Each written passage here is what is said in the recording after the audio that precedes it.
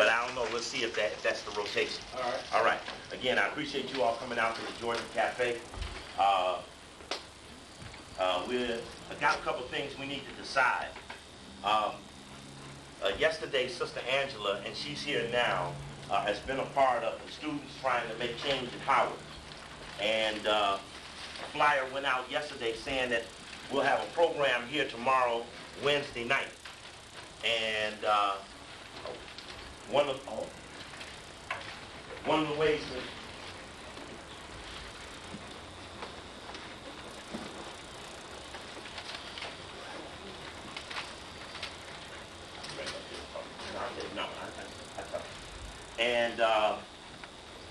so we need to talk about that, and we'll talk about that in a minute. Two is, we left off last week right in the middle of discussion about Tupac and Biggie. And there was footage that we were looking at, one piece in particular from Las Vegas, where we looked at one of the witnesses who alleged to have a scene perpetrator who we saw subsequent to that was assassinated, I think about 6 days later. And we raised the question as to how could it be. And there's several things about this we want to share. I want to go back to that spot. In fact, here's Tupac and Biggie together during the period when they were together. And I want to take this tape back to the Vegas Strip moments after Tupac was shot. And this witness is trying to talk to the police. The police are unsettled by the witness. And this commotion eventually, and fingering, eventually led to the potential witness being assassinated. Then we're going to go up to the night Biggie was shot. And we're going to look at something happening around the car. We're going to look at the press conference where they describe the description of the shooter. Then we're going to look around the edges of the car at some actions, reactions going around the car, and it's instantaneous. If you ain't watching it carefully, you wouldn't notice what was going on around the camera. And then I brought some footage from what'll almost be a month from now. What would this be? What's that, 94? Is that 94? This will be the 3rd anniversary. This will be the 3rd anniversary, 30 days from now about. Is it 94? Is that correct? 94? 94. This will be the 3rd anniversary of a terrorist action transacted against Brother Khallid Muhammad. And I'm sure many of you all saw, I was a little late tonight watching Fujimori, who was a Japanese transplant who moved to Peru on the orders of the Rockefeller family. And even though he didn't even live in Peru, they elected him the head of Peru, and the first thing he did was to crack down on the little people in Peru and enacted martial law. A man, a foreign man, became the head of a country. Though he was Japanese, he became the head of Peru. And of course, Shining Path and the other organization, Tupac Amaru. Amaru, there we go. Tupac Amaru. The 15 members allegedly who were in the compound since December 17th allegedly were assassinated. Japan is on edge because the militaristic act against Japan only makes it vulnerable to retaliation. No one wants to deal with someone in a way that they would get dealt back that way. You choose your terms of endearment. And if someone goes to the sword, then it's guaranteed that they would get the sword. That's why I raised questions about the black community who would repudiate its own militants, knowing that if they don't have the sword, or they don't have the power, or they don't have the will to be the fighters, why would they want a team of bloomer girls? Why would they want a team of religious leaders? Why would they want a team of balloon blowers and not want a militant team along with all those other things that somebody might, a team of sewers, a team of street washers, a team of clothes repairers? Why would you not want a militant operation as well? This is a 20th century quirk. It took 100 years to get a community to believe that it didn't need a military.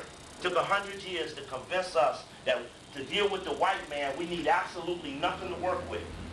We don't need any think tanks. We don't need any research. We don't even need debate. We don't even need open discussion. Because the relationship with the white man 100 years since then has evolved in a way that only butt naked do we feel that we have the honor and the respect to stand before a white man and advance our race. And of course, there aren't many weapons you can hold butt naked.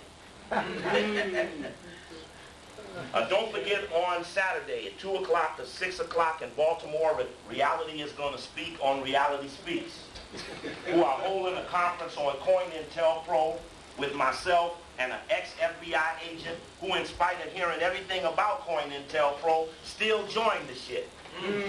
So we're going to act like he's really so in awe and so against COINTELPRO that he can still go and be employed by the same people.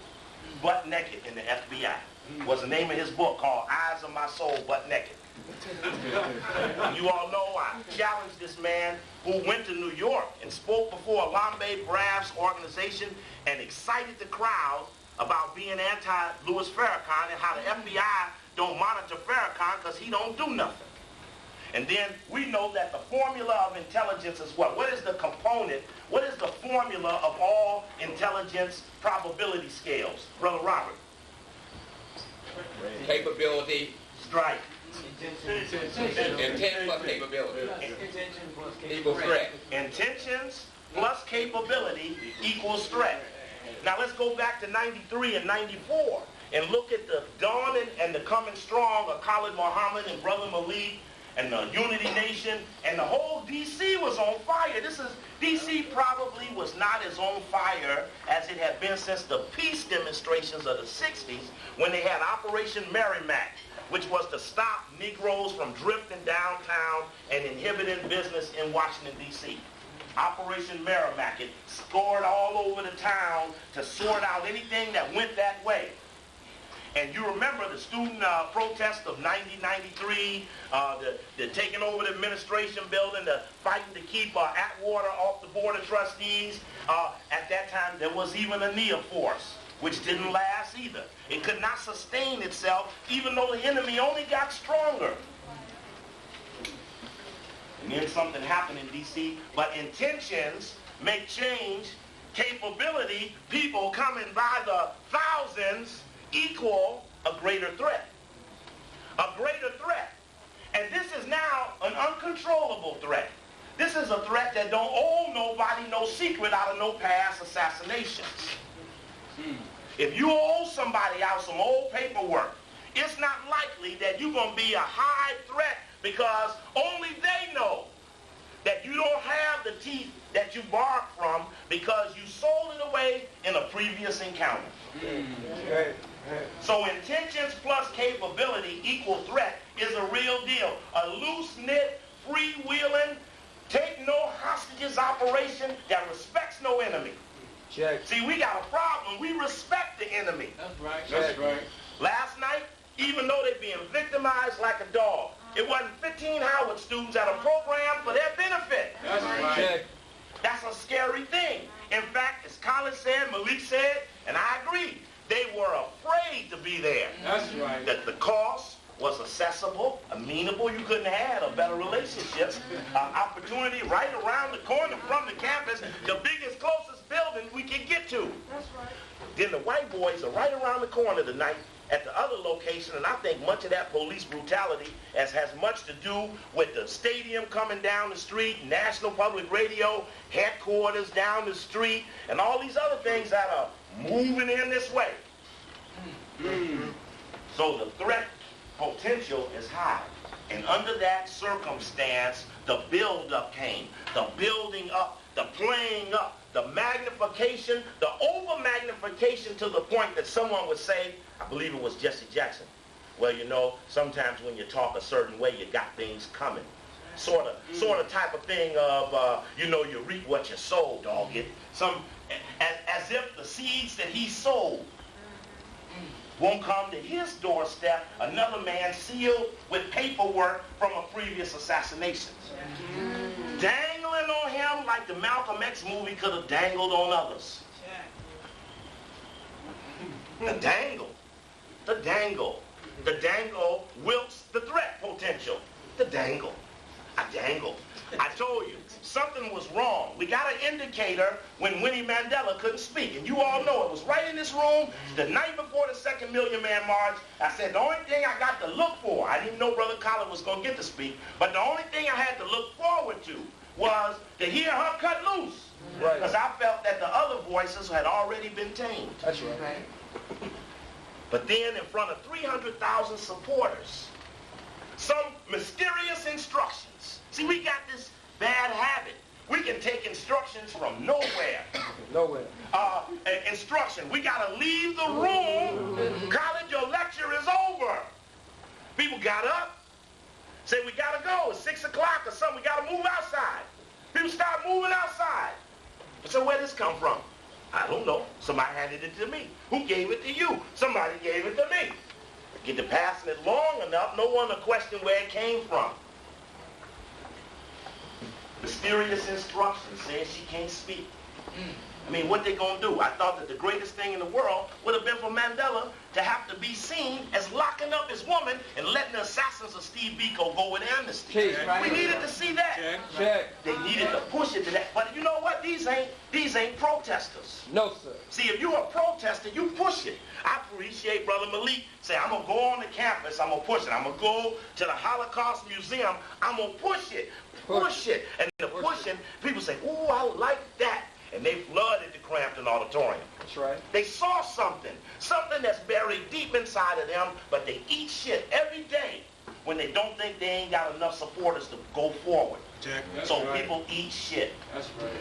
And so the operation that cuts the shit makes a threat to the opposition. So the build up. And it's happened in multiple situations. Even the East Coast, West Coast rivalry was a build-up. Right. This was a secondary plan for the Bloods versus the Crips thing that got smothered over by the young men who, I remember I was in L.A. when they all went to the park and they put the tanks up there. They tried to provoke them into fight. They had a picnic together. And I forget what the park was out there. Brother Khallid, they all had a picnic, and the feds and Gates was still police chief then. They were incensed. They tried to propagate this thing into something to keep them from laying to rest disagreements. Then that brought us to the other question about what role does rap play in black liberation. And I have had to say that up until this point, in '92 we did the lecture, The Attack on Rap and Other Black Youth. And in that lecture I had schemed that this manifestation of young black men who were creating their own music with limited overhead. Scratch, scratch, scratch, scratch. That's limited overhead. That's why I'm so hot on these athletes, because again, if you are Dennis Rodman or Michael Jordan, you don't need to build a factory. You don't need to pay workers. You ain't got unemployment insurance on your $1 million or $2 million that you're worth. These are men who ain't got nothing but gym shoes free, gym shorts, jock straps, t-shirts, limited overhead operation. Now you got 5, 10, 30 million with nothing to have to pay but your house note. So your money might be greater than another man who might be worth 3 million but got 60 employees and anything could happen to him at any minute. So we've got this misappropriated perception. So now we have, remember it went through with the Public Enemy thing over Professor Griff and Chuck D and Jewish people. There you go. And Gintenkorb, who was head of CBS, who jerked them in. They had Public Enemy didn't get paid for album number 1, didn't get paid for album number 2. They were in court fighting with CBS to get the money. It was about $275,000 per person online. And all they kept doing was dangling it. Well, you know, we still got to go over to the court. Well, okay, sir, we'll wait, we'll hold. They just had a reunion concert a couple of weeks ago in New York, Madison Square Garden. Madison Square Garden with KRS-One, Public Enemy, and DNC, right, and they even brought Griff up with Public Enemy. So it's taken all these years to recover from the initial attack. And then we went in 94 and did it again.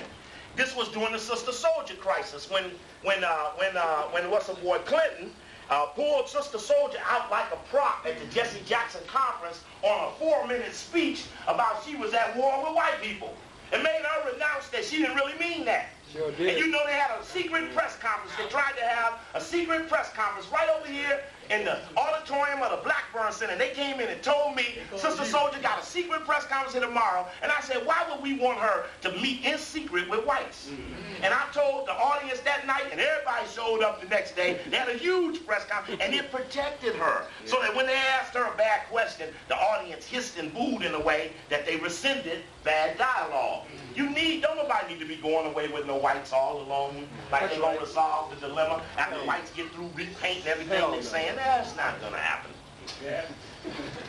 So we went through it with Sister Soldier. Sister Soldier's not even a rapper anymore. In other words, there have been casualties on the way to these casualties, but now shooting has become the last option of the hunky. All right. That's right. When Zig Brzezinski, we were right over here at the conspiracy to destroy black men. Zig Brzezinski, out of control.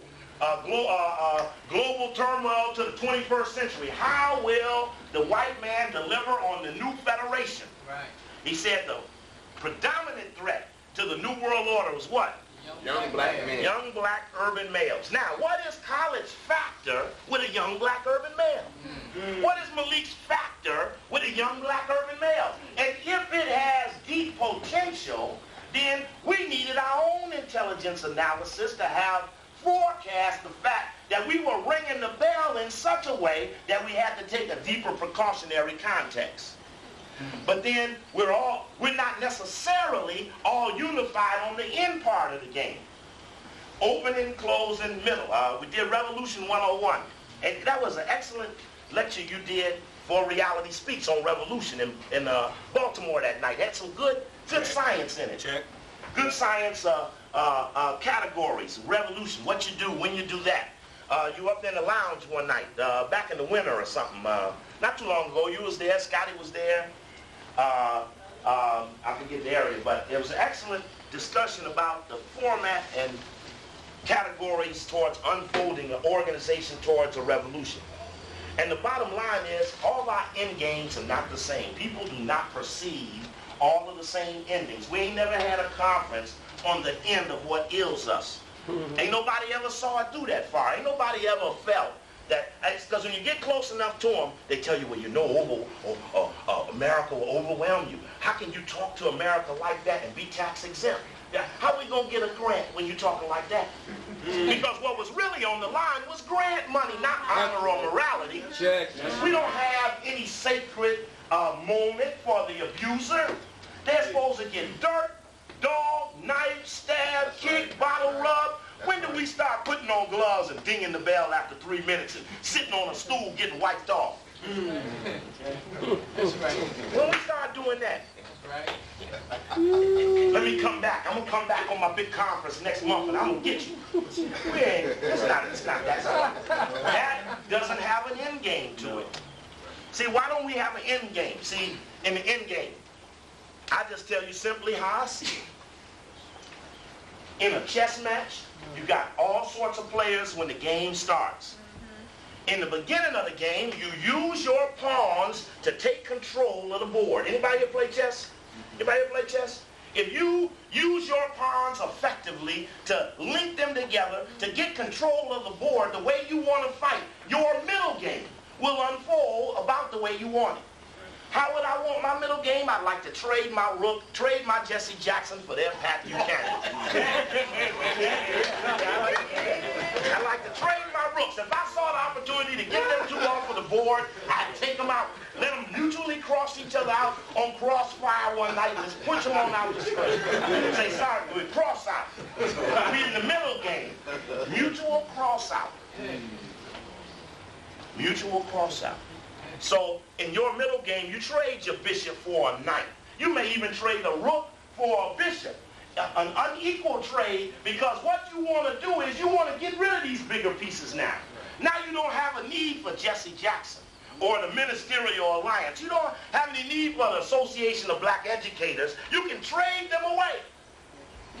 Trade them away for the white educators. Trade the black psychologists for the white psychologists. Trade the NBA for the ABA. These are lawyers now, not basketball.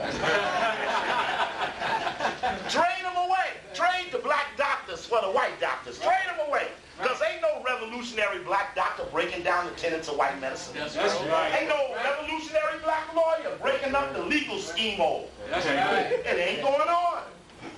So since the professions aren't busting up the professions, let's trade them off. Let's just trade them away. Now we're getting late in the game. It starts to get a little foggy out. And only people connected together will have power. So he's a pawn on one row, and I'm a pawn on another row, and he's the pawn behind me. Now the three of us together, linked together, having traded off the bosses, is bad motherfuckers. Because eventually we will link ourselves together to the 8th row. And we'll recrown ourselves. Make ourselves whatever we want to, but only pawns linked together in the third side of the game can win in a thought-out endgame. Pawns linked together.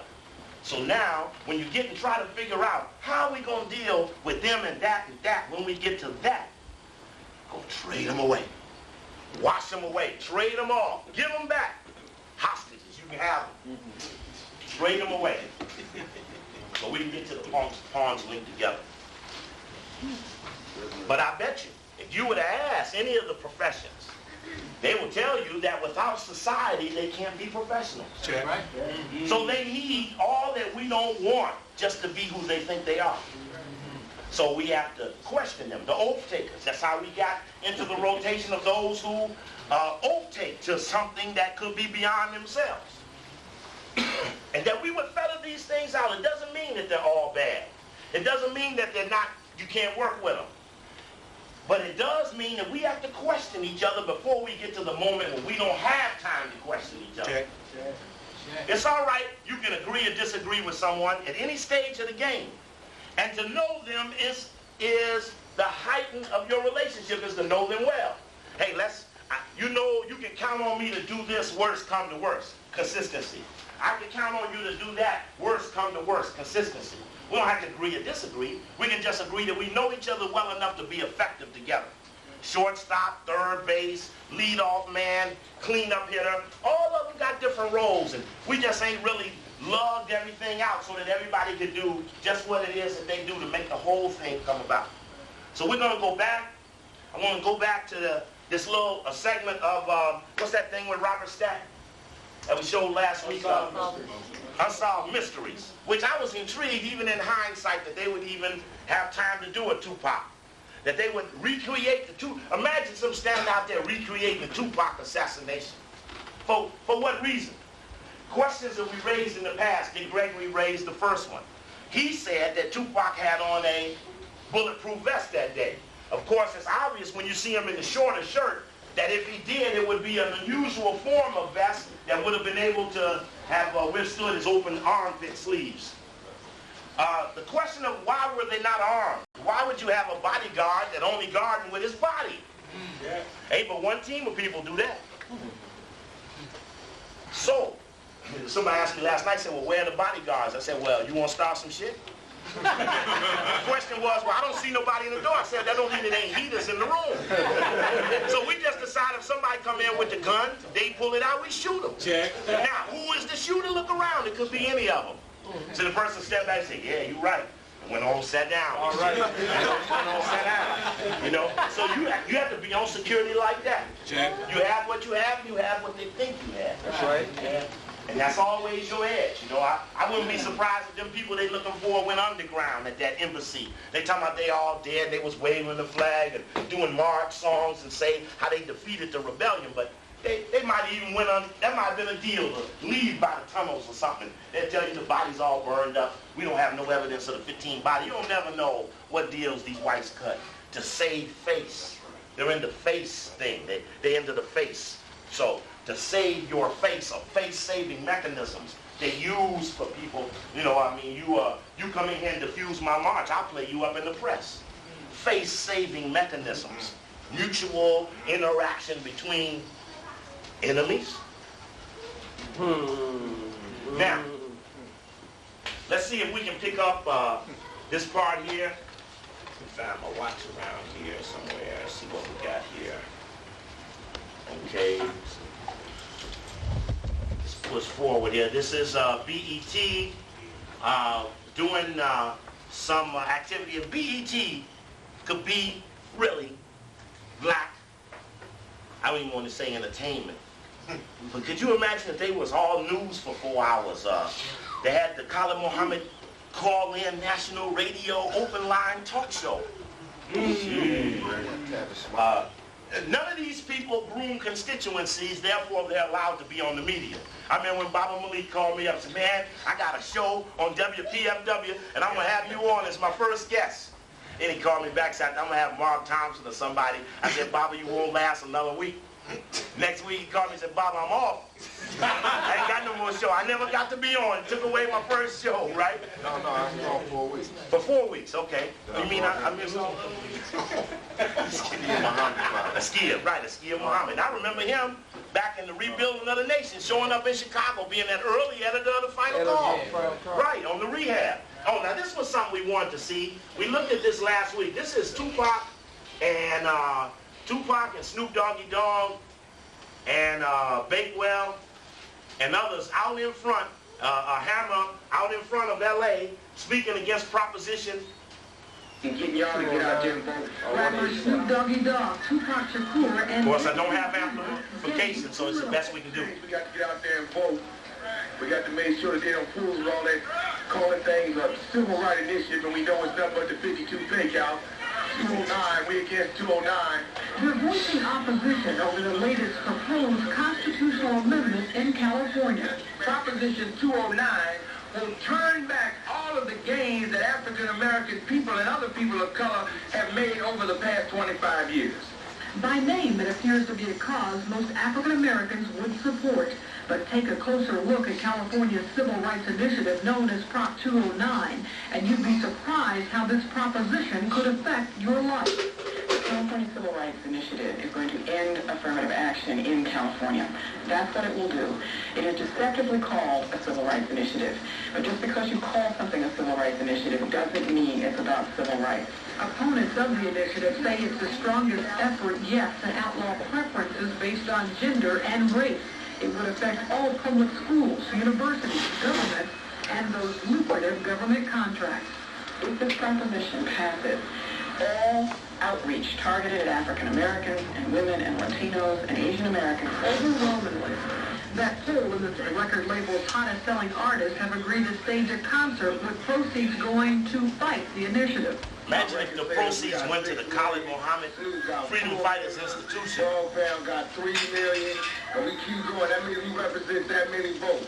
If we can represent that many votes, we got to let these politicians be scared of us. But supporters of Prop 209 say they're ready for battle, too. On BET continues tonight, and joining us with an up-to-the-minute report is Sergeant Greg McCurdy of the Las Vegas Police Department. This is interesting dialogue about the witnesses. What is the latest?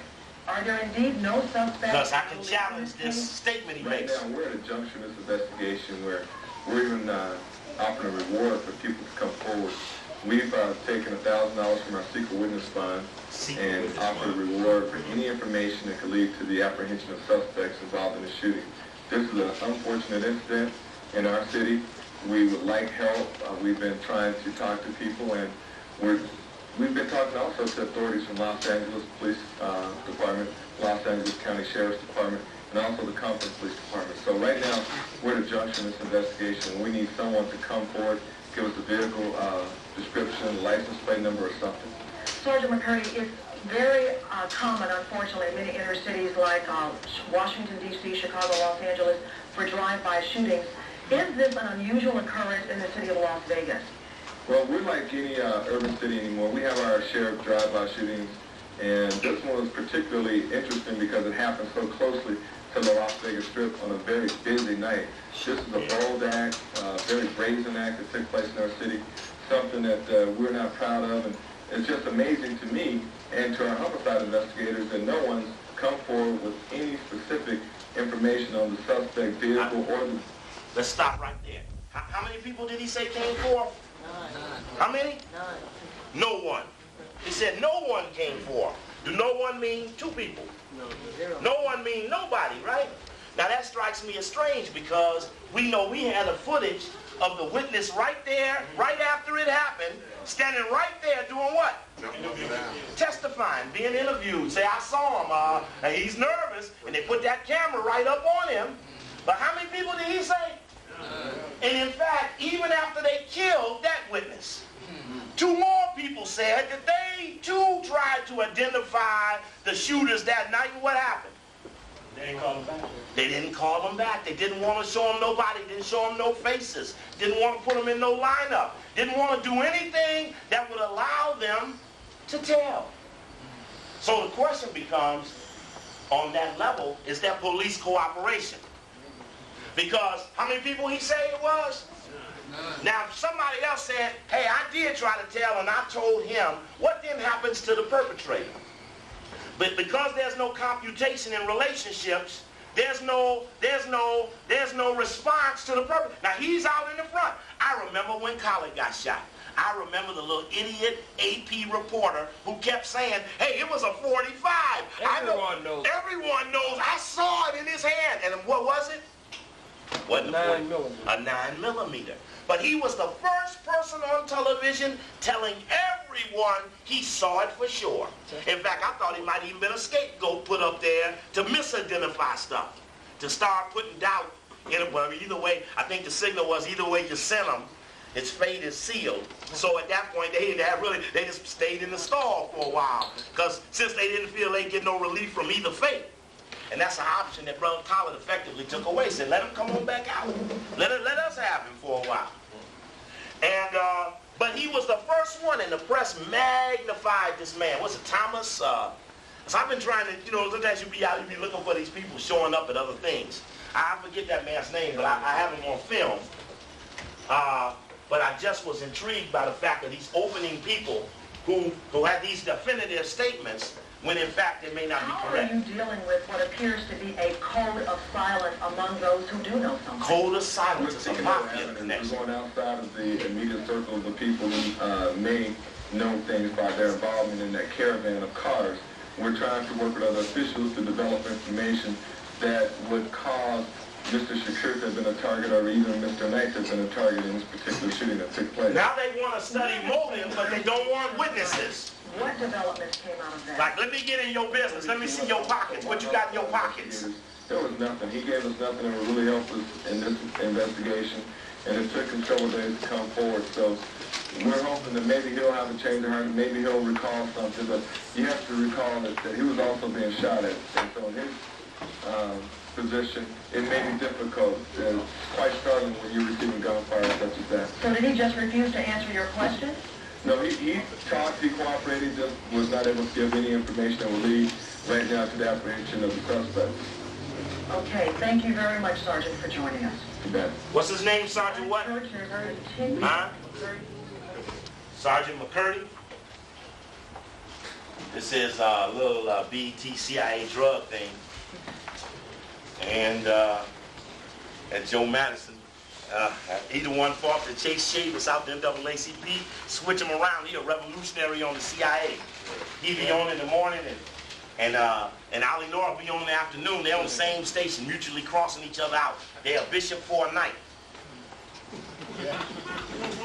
This is Tupac playing with the ancestors again. I told y'all about this last week. Walking around with Red Fox and Danny Hathaway back there and Jimi Hendrix and them over here. Can't be doing that. Playing with them ancestors and stuff. Tupac created this album cover. Now, this is Suge's dialogue about how he wanted Tupac to be remembered.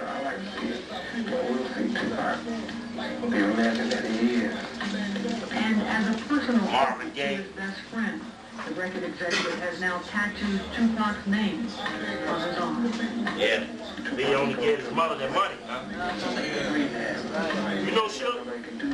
You know Suge? Me neither. Sharky tried to hook me up with him once. Can't nobody arrest him. Can't nobody try to put him down. See, I don't like this either. Fire shots at him. Can't nobody hurt him anymore. He's in heaven. I'm going to live till he's away from me. I'm coming through the we're all going to die. So Suge said he was in heaven, huh?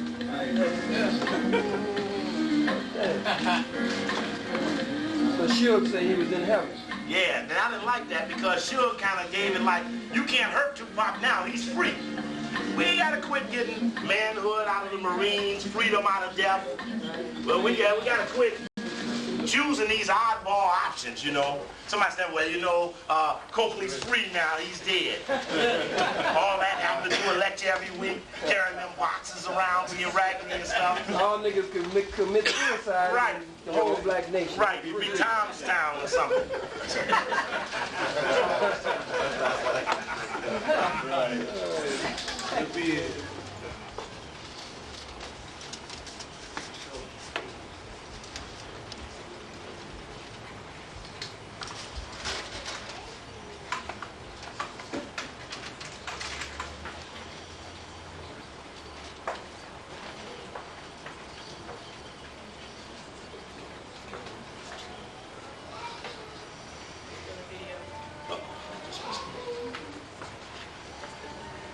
Yeah, I want to get, what we're trying to get here is, add Tupac on it over and over again.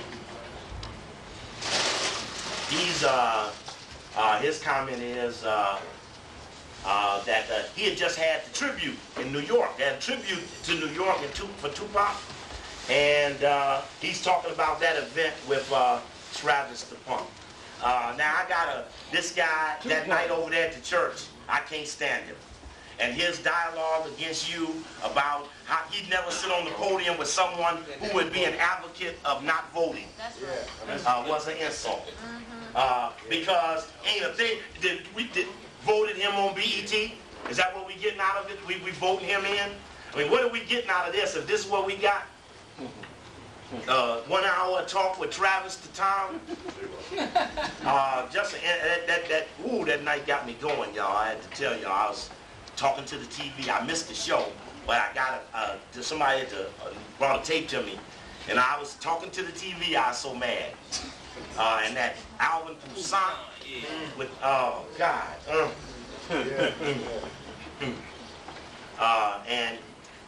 This is saying how Tupac was with Digital Underground, making juice, this and that. I just got to get this to the spot where I think it's coming up right now, where we walk into the unsolved mystery reenactment of his assassination attempt. Tupac made an interesting thing. There we go. Making an interesting thing in that situation with me is like what comes around goes around. Karma, I believe in karma. I believe in all of that. I'm not worried about it. Well, again, these are not options that we start choosing in our dialogues. It's something we got to deal with on another level. Come on. Of course, it was that record that sent Dr. Dre to his own record company because he felt his song got stolen and given to Tupac. What song is that? California Love. Because he really, Dre is even more in the song. Tupac had just come out of jail. Let's go. Now Suge got him out of jail. Suge, yeah, that's the Suge contract. Which is a handwritten contract through that attorney boy, Kenner, who really needs to be questioned. He really needs to be kidnapped and then questioned. Kenner, he's the allegedly the power of attorney, who now Suge alleges misappropriated millions of dollars.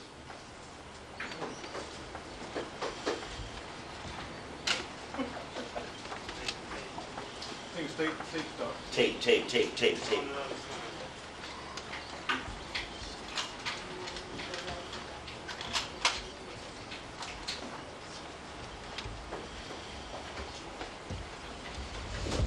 This is another interview of his.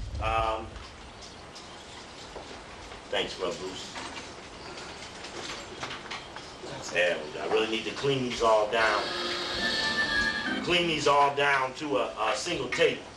This is from the car to the fight in the casino. The investigation into Shakur's murder has become a tangle of chilling speculation and conflicting theories. for Unsolved Mysteries to do the reenactment, who did the testimony? Since Unsolved Mystery wasn't on that corner, who told them that the shooter went like this and went like that and got out the car, stood over the car? How you going to do a reenactment without a script? Huh? Right, and that the girls were in the whole scenario. And imagine someone come to you and say, hey, look, I need you to act in this little film I'm shooting, reenacting the Tupac, and then somebody standing there with a script directing this reenactment. Can't do that without an understanding. And so that becomes a mystery on the Unsolved Mystery. We can start solving them. We just got to figure out what the real mystery is. Now this is interesting too. Why did Suge Knight go in the opposite direction? After the shooting, he drove in the opposite direction for a mile before he just drove up to a casino. What did he do in the 8 blocks going in the opposite direction? And would you not have drove your car since you weren't injured after the car? He finally stopped in front of a casino 1 mile away. Tupac Shakur was in critical condition. Shot in the chest, in the hip, and in the hand.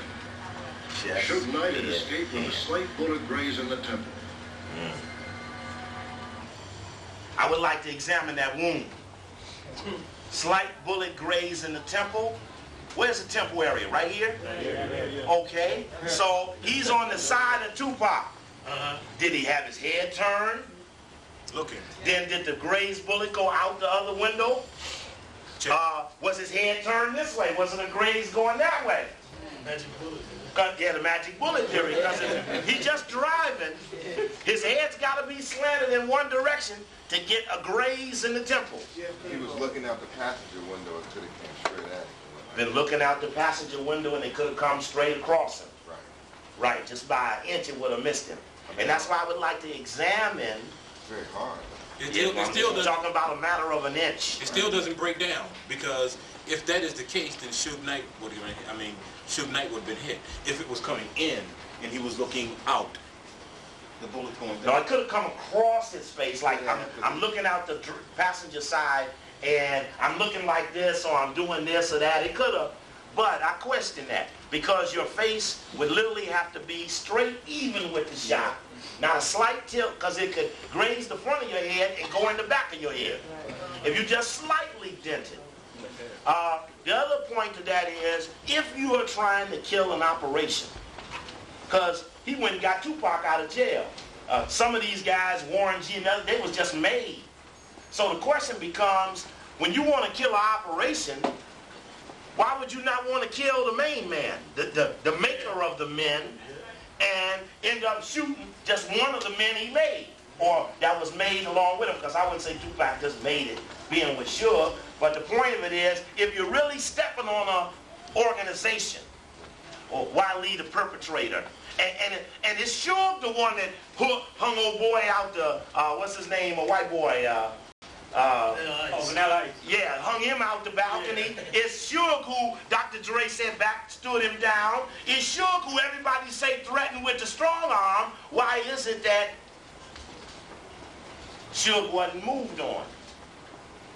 Because it seems so to me, if you left him living, all he would do is come for you. And if you had the time to kill him and get away, what did it mean just to lean over and get the other guy? I don't know. Did he run out of bullets? I don't know. And what the other cars do?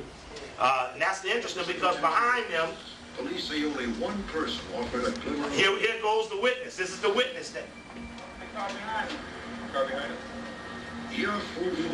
One of Tupac's backup singers was riding in the car directly behind Suge and Tupac. He told police that night that he could do a photo lineup, pick out the gunman from a photo lineup. How many witnesses that the police sergeant say they had?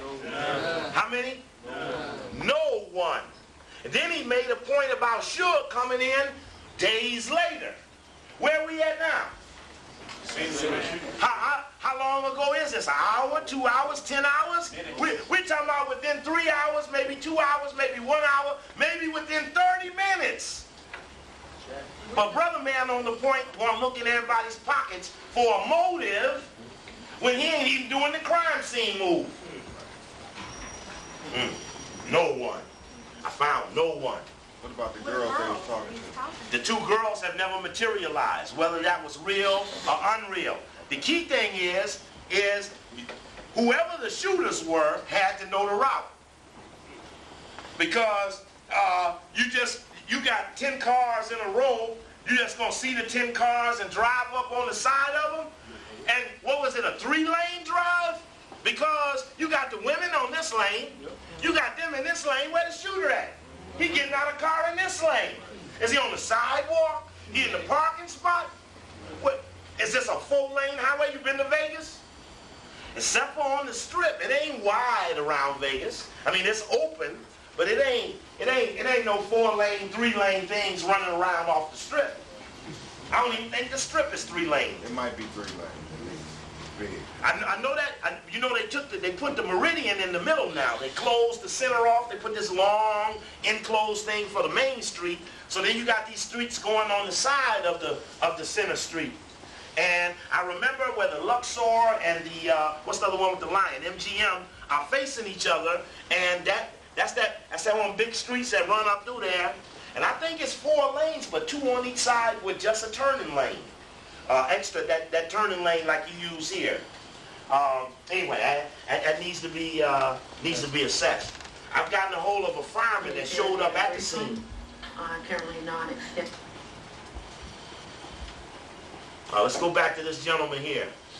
Notice how he's getting fingered. He's getting fingered. Turn of events.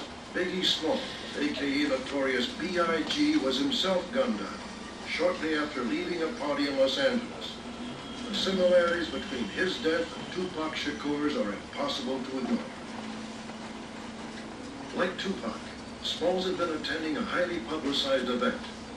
He too was in the passenger seat of his car when another vehicle pulled alongside and an unknown gunman opened fire. And as in the Shakur case, eyewitnesses have been unable or perhaps unwilling to provide much information. Despite the similarities, which was not true either. Speculation that the attack on Smalls was retaliation for Shakur's murder. Police have yet to find a direct connection between the two shootings. Despite the one who was killed. Oh, yeah, Dad. Matula was only Tupac's spiritual father, but that was the real Matula Shakur's biological son. I don't mean Matula Shakur. I mean Sekou Odinga. Okay. D. And I didn't have the thing to freeze it because they didn't read that article. He was their best bet. He was right behind the car when it happened, and he said he could identify. He believed he could identify the gunman.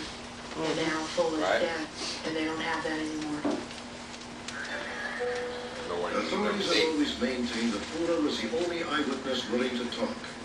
However, just 2 weeks ago, 2 other members of Tupac's entourage claimed they told police from the beginning that they had a clear view of the shooter. From the beginning?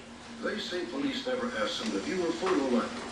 The police say the men initially denied seeing the shooter, but have now re-interviewed him. Ironically, in one of that's just going through the reenactment. Hey, there was something that brother was saying about being in the back seat. He said something in the remarks of, well, I was in the back seat, but they never really let you hear what he was saying. He was saying, correct. And that's interesting. I wonder who it was that actually shot the video that they worked off of. Right. Who shot that video? Because it might have been those other people might have also been in there. This little piece here is just a little side piece. This is about bone meal that's fed to cattle that have people eat the bone meal and get this strange disease. Then they found out that, like mad cow disease, and found out that the organic vegetables, the organic growers take the bone meal and pour it on the organic stuff, the fruits and vegetables, and found out that all these people were dying coming up off the bone meal. They went all to Africa with the thing. It was eating animals, or they said this or that, but that's a whole nother story. We're moving this to the part where we left off, went to the Biggie side of this, and in the Biggie side of this, the car is shown, and then you're going to see, this is only going to happen quickly, you're going to see 3 individuals walk past the car and turn their heads so that the camera doesn't show their face. Sure. And I don't have the slow motion thing. Different place, and it got so wild. To show you now, this BET lady saying, we just had a party. We just had a party in LA, and it wasn't no shooting. It ain't that these parties have shootings at them naturally. Basketball tournament over the weekend to raise money for sickle cell anemia. This is during the Biggie shooting weekend. Nate was there, Warren G was there representing the West, and they were kicking it with Puffy and Mace from the East. They raised a lot of money for sickle cell anemia. It proved an important point that we can't. See, I said that's what hurts me about being irrelevant. The managers taking them to irrelevant fundraisers. Thank you, Angelique. Well, besides Scoop on deck, be so hard and Suge so Knight. down on there. That was sickle cell and helping a doctor they never Suge met. Knight sit there talking about Tupac is up in heaven. He's supposed to be such a gangster. Right, with heaven. Yeah, I don't get it. In prison last month for Tupac asked the violating his question on probation record, by but is getting there into heaven a for fight G? hours before Tupac's headquarters was shot. Well, the weekend will be here before you know it. So what better way to enjoy it than to take MTV.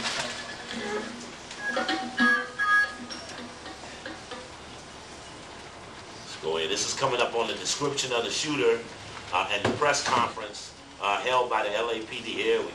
Rap Artist of the Year at the Billboard Awards in 1995. Wallace was considered a rival of rapper Tupac Shakur, who was fatally shot in Las Vegas in September. All they needed was an excuse. Sorry, talk loud. All they needed was an excuse. Yeah.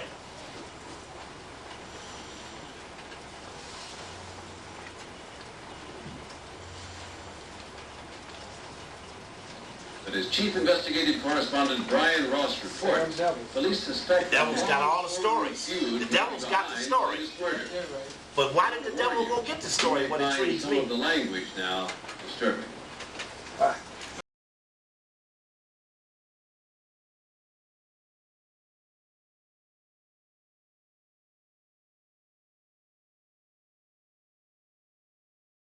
Christopher Wallace, who in just a few years went from dealing crack on the street corners of Brooklyn to sipping champagne in a mansion in the suburbs as the rap recording artist known as Notorious B.I.G. or Biggie Small.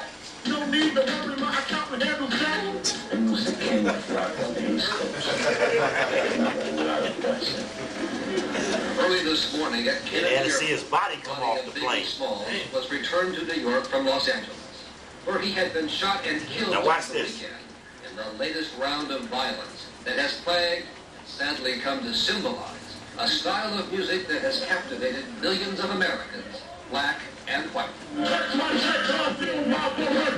It's a sad world where you can't even go to the other coast and go out and enjoy a party like everyone else because you think somebody's going to kill you. Peter Thomas, a rap music... Why are all the shootings in cars? Tupac, minutes before he was killed. Enos Cosby around his car, Jordan's daddy around his car, a Biggie in his car, which the car seems to be the least defensible position. Which is why I mentioned last night, Suge and them going to the armored cars. They start throwing grenades and shit. Doing Old Glory, putting the fire underneath the car. Biggie Small's murder follows by 6 months, almost to the day, the remarkably similar killing in Las Vegas of Tupac Shakur, an equally big name in the world of rap music, who it turns out was a bitter rival of Biggie Small, and whose band, investigators believe, may have been responsible for the murder of Biggie Small. There was a time when Tupac and Biggie Smalls were close friends, rapping together, staying at each other's apartments. But with fame and money came jealousy, as Tupac first accused Biggie of stealing his lyrics, and then went out and stole Biggie's wife, or at least claimed to, in an incredibly obscene song.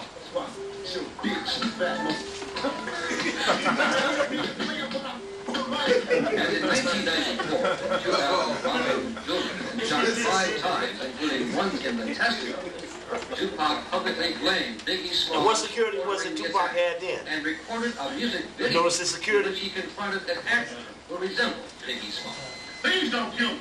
It was the beginning of what was portrayed and hyped as a blood feud between Tupac and his people on the West Coast and Biggie and his people on the East Coast. Whether or not it was true, it sold millions of CDs and tapes. Biggie Smalls talked about it for a program to be broadcast this week on Black Entertainment Television.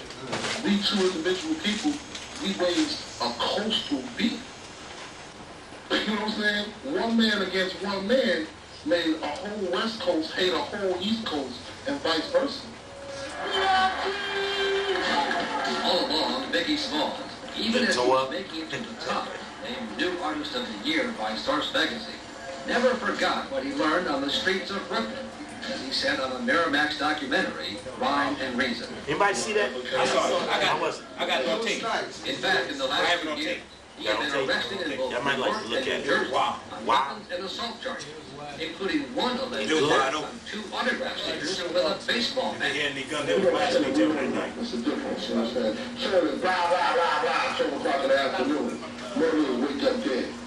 Talking about his music in a recent interview, Biggie said he was trying to get away from his tough guy image. A new album due later this month called Life After Death. Big Papa ain't going nowhere, you know what I'm saying? And if you thought the first album was a fluke, hold your head. Because this next one, man, it's all like you never thought. Yeah, First album was called Life After Death, and we ain't taking no prisoners. In the last days of his life, Biggie Smalls had gone to Los Angeles, Tupac's home turf, creating such a commotion that he and his entourage were kicked out of the Four Seasons Hotel. On Friday night, he was a presenter at the Soul Train Music Awards. What's up, Cap? Let me just stop that 1 second, because others have said, and supposedly this is in the Wall Street Journal article, that the feds had something to do with getting them kicked out of the hotel. That the FBI that was trailing them had done something to facilitate getting them out of there, to move them to a spot, I guess, where they wanted them. And I don't know where it was they moved to. Anybody familiar with that? Nobody? All right. Heard by a West Coast audience. Throughout the weekend, Primetime has learned, Biggie Smalls' every move in Los Angeles was being tracked by an undercover team of agents from a federal task force here in New York, investigating alleged ties between some of Biggie's business associates and the New York Genovese Mafia family. It was the... Where the Genovese Mafia family from? New York. And where were they at? LA. So now you got FBI getting on plane, procuring a hotel, procuring planes, procuring flu food. We ain't even talking about the LA FBI office picking him up on coverage. We're talking about the New York FBI going to LA. It's not likely that you cross jurisdictions. But then they said it was a special FBI task force, which only then only had to mean that this so-called, I saw this, the special FBI task force had to be so secret that members of the FBI didn't know it existed. And the Genovese Mafia, when they was doing John Gotti, in fact, last week they had the boy on, the Bull, who was knocking out Gotti. You ever hear him mention Genovese as a rival, or thriving? In fact, so now we got a black man being accused of being a gangster with no white people in it. I mean, we ain't even heard what the schemo was around the cycle of this so-called interaction between forces. But they chasing the brother for this. And just like when Sam Giancana got killed, CIA was watching him going before the hearing. They drive away when they hear a mysterious noise. Night, he was a presenter at the and he gets shot while they drive away. Cheered and jeered by a West Coast audience. Throughout the weekend, Primetime has learned, Biggie Smalls' every move in Los Angeles was being tracked by an undercover team of agents from a federal task force here in New York, investigating alleged ties between some of Biggie's business associates. How did they miss the hit? New York Genovese. They drove away. It was the next night he was shot. after attending a crowded music industry party. Just moments after, undercover surveillance team had pulled off Biggie to follow one of his associates. Now hold it. Now how did the party end? The fire marshal comes in and says it's too crowded. Everybody thought things were going very smoothly. Biggie and them are over in the corner at a table. Biggie got a broken leg. They wait till everybody leaves the place. Biggie comes out last. They gonna drive away because they say they saw his associate drive away. Yeah. Well, no, Puffy was with him. Puffy we got Puffy on an interview later describing that moment. He was in the car behind Biggie. Said when the shooting came down, he runs up to the car, opens the car door up, tries to talk to Biggie, but he don't talk. He said, I can't get him to talk to me. I heard he left him a few minutes before it happened. Well, he comes up on the interview and gives his own statement, and that you know, it's important, never take for granted that they didn't say two things. They could have very well said two things. The lady couldn't identify the Cosby man, but when she found out there was another witness, she could. Then she does the description of the witness. Then when she sees him in the lineup, she don't know him. So he can go anywhere. People ducking. I hear a couple of shots. In seconds, Biggie Oh, there we go. Watch this. Watch this now. Watch him turn away. It's quick now. It's quick. It's quick. They're going past the car, but they don't want to be seen. I'm sorry, I'm shouting. And the New York Genovese Mafia family. It was the next night we were Watch him, slowly, quick. a crowded music industry I can't slow it down. Just moments after, undercover surveillance team had pulled off Biggie to follow Here they one come. of his associates. I see girls screaming, people ducking. I hear a couple of shots. In seconds, what are they doing? What are they trying to get away from? What did they look like? Well executed hit. What they look like? Did it look like Nation Islam? Or we say people in suits? Oh, now let's go back. Let's go back. Unfortunately, I can't slow it down. But the question becomes, what are they ducking for? They're all registered. In seconds. One. Look at him being. Look at him being the phone. What they ducking for is quick now. I hear a couple of shots. In seconds. Look at it. Look at it. Look at it. Like Tupac in the passenger seat, according to the.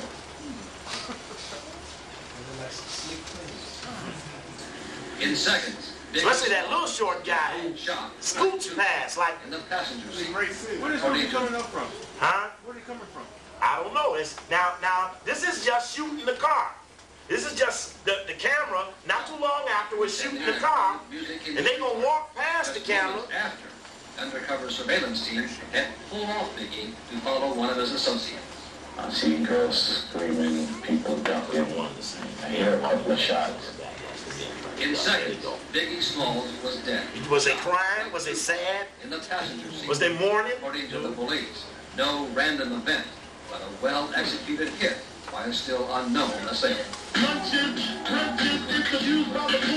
Biggie Smalls became rich and famous, a business that celebrates excess in violence. When I was dead broke, man, I couldn't picture it. 50-inch screen, money ring on the sofa. Got 2 rides, a limousine with the chauffeur. He died at the age of 24. Damn, man, I like the life I've lived. Cause I went from negative to positive, and it's all. And if you don't know, now you know, you know.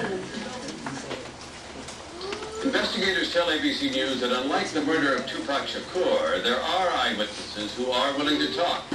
Police are preparing a composite sketch of a possible suspect. Oh, now the sketch of the suspect comes up. Now notice, Out of the box. now you gotta notice how fast the whites got on this. But they have no one. Sicking their best people on it. Trigger. On Wednesday, they used incredible America's Most Wanted. And reported that some That looks like the short guy. the Soul Train Awards and by chance videotaped. I'm gonna go back.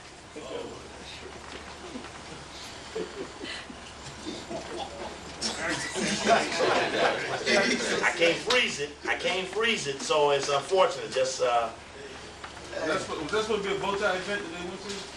It was a party. Depending on how the weather was in Los Angeles, how leisure clothes that they wear. People in LA don't like to admit it's cold, so it can be 50 and they be t-shirt. In seconds, What you asked me to do? Biggie Smalls was dead. Shot like Tupac in the passenger seat.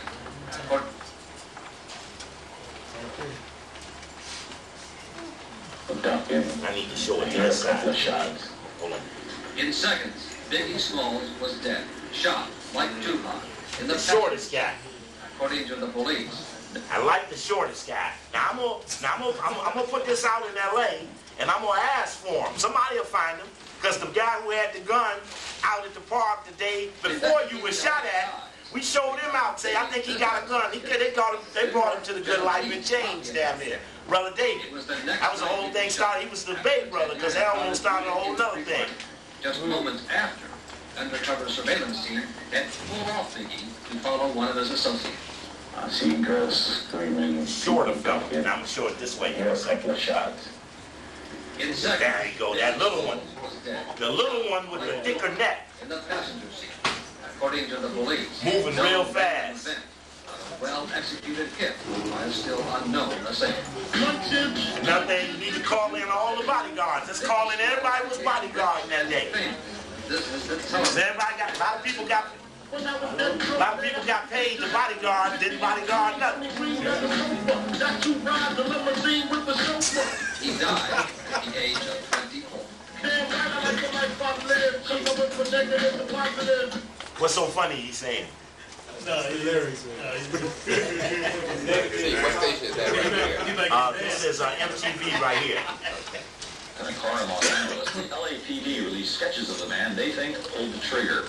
On Wednesday, the Houston Chronicle reported that cops got a break when a tipster called the TV true crime show America's Most Wanted and reported that some Houston residents visiting LA to see the Soul Train Awards had by chance videotaped Biggie's murder and the face of his killer. That videotape was confiscated by police on March 18th. Chris Connolly was at the LAPD press conference and he filed this report. Why don't they show that? Police today confirmed that they are in possession of a videotape. This is they will actually show the press conference. They will have this big drawing of on a visit to Los Angeles. Yes, they stressed that the composite sketch of the prime suspect in Biggie Smalls' murder is not based on that videotape. It's based instead on the eyewitness accounts, face-to-face accounts of 2 of the 5 people who were riding in Biggie Smalls' GMC Suburban when he was gunned down. Police believe that this man was the driver and sole occupant of the dark car which pulled up next to Biggie Smalls' car and opened fire upon him. And they're asking for the public's help in determining who and where this man might be. A suspect, and the suspect was described as a young male, African-American, in his early 20s. We believe the vehicle he was driving is a late model, dark car. That has not changed. And is still described as a drive-by shooting with one suspect in the vehicle, and that was the driver of the vehicle who did the shooting, firing numerous shots into the Suburban containing Notorious B.I.G. or Biggie Smalls. We believe he may be part of more than one individual involved in this shooting, although there was only one shooter in the vehicle. I can tell you that we are going to make an arrest, and I cannot tell you when we're going to make that arrest. We have to, there's a lot left to be done yet. So the devil is saying that he got somebody to arrest. Police are also said they've interviewed more than witnesses and looked at 35 separate pieces of videotape in an attempt to solve. I just can't tell you when. Anyone might know the identity or whereabouts of this man to call their 24-hour toll-free number, 1-888-800-LAPD. That's 1-888-800-LAPD. That's it from here. Let's go back to the studio. Thanks, Chris. Right on schedule. Meanwhile, Biggie's new and now posthumous album, Life After Death. Remember, the picture's not based on the videotape. Huh? Picture's not based on the videotape. That makes no sense at all. Hey, they don't never make no sense. Thank you, baby. Thank you. They don't make any sense ever. And they said 2 out of 5 identified as that as such. Well, they even said that the 2 were in the car. That the 2 out of 5 in the car with Biggie. Is that what they said? Yeah. And when you hear the, I really wasn't going to do it, but when you hear the Puffy give his description of the moment, when you hear his description of the moment, The way he talked, the impression I got was that no one was in the car with Biggie.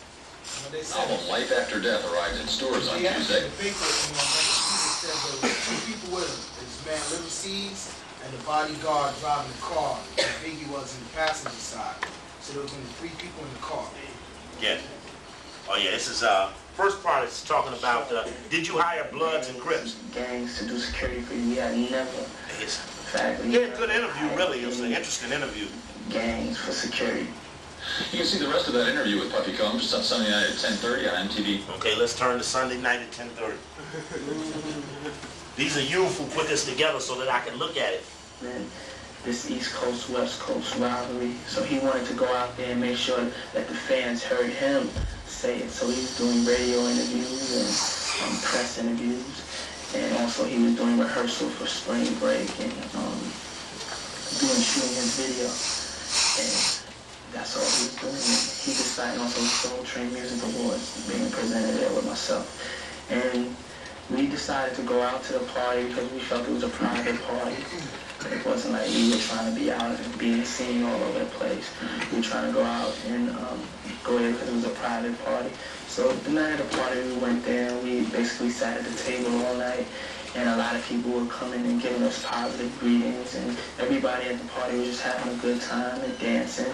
And we were sitting there just talking all night and just listening to everybody else's music and listening to our own records and feeling a sense of proudness hearing a record and just seeing all the people dance to your music. And that's why we got into this. And so as time passed, got too crowded and the fire marshals had shut the party down. They finally busted Armstrong Williams. In the panties. You don't want to believe it. We got out, so we stood outside for like 5 minutes. And we just talked just about regular people. We talked about You said it, not me. Just talk to me. We just talked about things that 2 guys. What you can't say? About the party, we got into the car. I was going to ask you what happened. It was time to leave. And my car was in front. Biggie was in the middle, and then another security vehicle was behind, which had the off-duty officers in. Off-duty officers? Police? We left out of the driveway. Did they have walkie-talkies? We made a right. And as we made the right, we were just driving, and the vehicles were all behind each other. And I was looking straight ahead, basically, and I just heard shots ring out. And when the shots rang out, I had immediately the human reaction. I had just ducked down, and everybody in the car ducked down. And then our car was still, had like sped off. And then I heard somebody say Biggie's car had got shot at. And so, like, while my car was moving, I had just opened the door, and the driver, he stopped, and I had jumped out. And I had ran to the car, and I had immediately did that because I knew his leg was broke, so I know there's no way he could have made it out of the car. And then when I went there to the car, I opened up the door, and he was hunched over.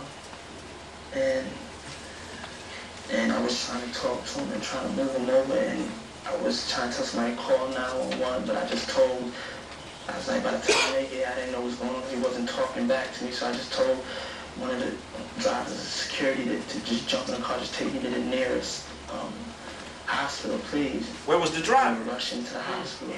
And there were other cars that were with us and other people that were just following us. And as we got there, everybody helped out of the car. Oh, I didn't get that.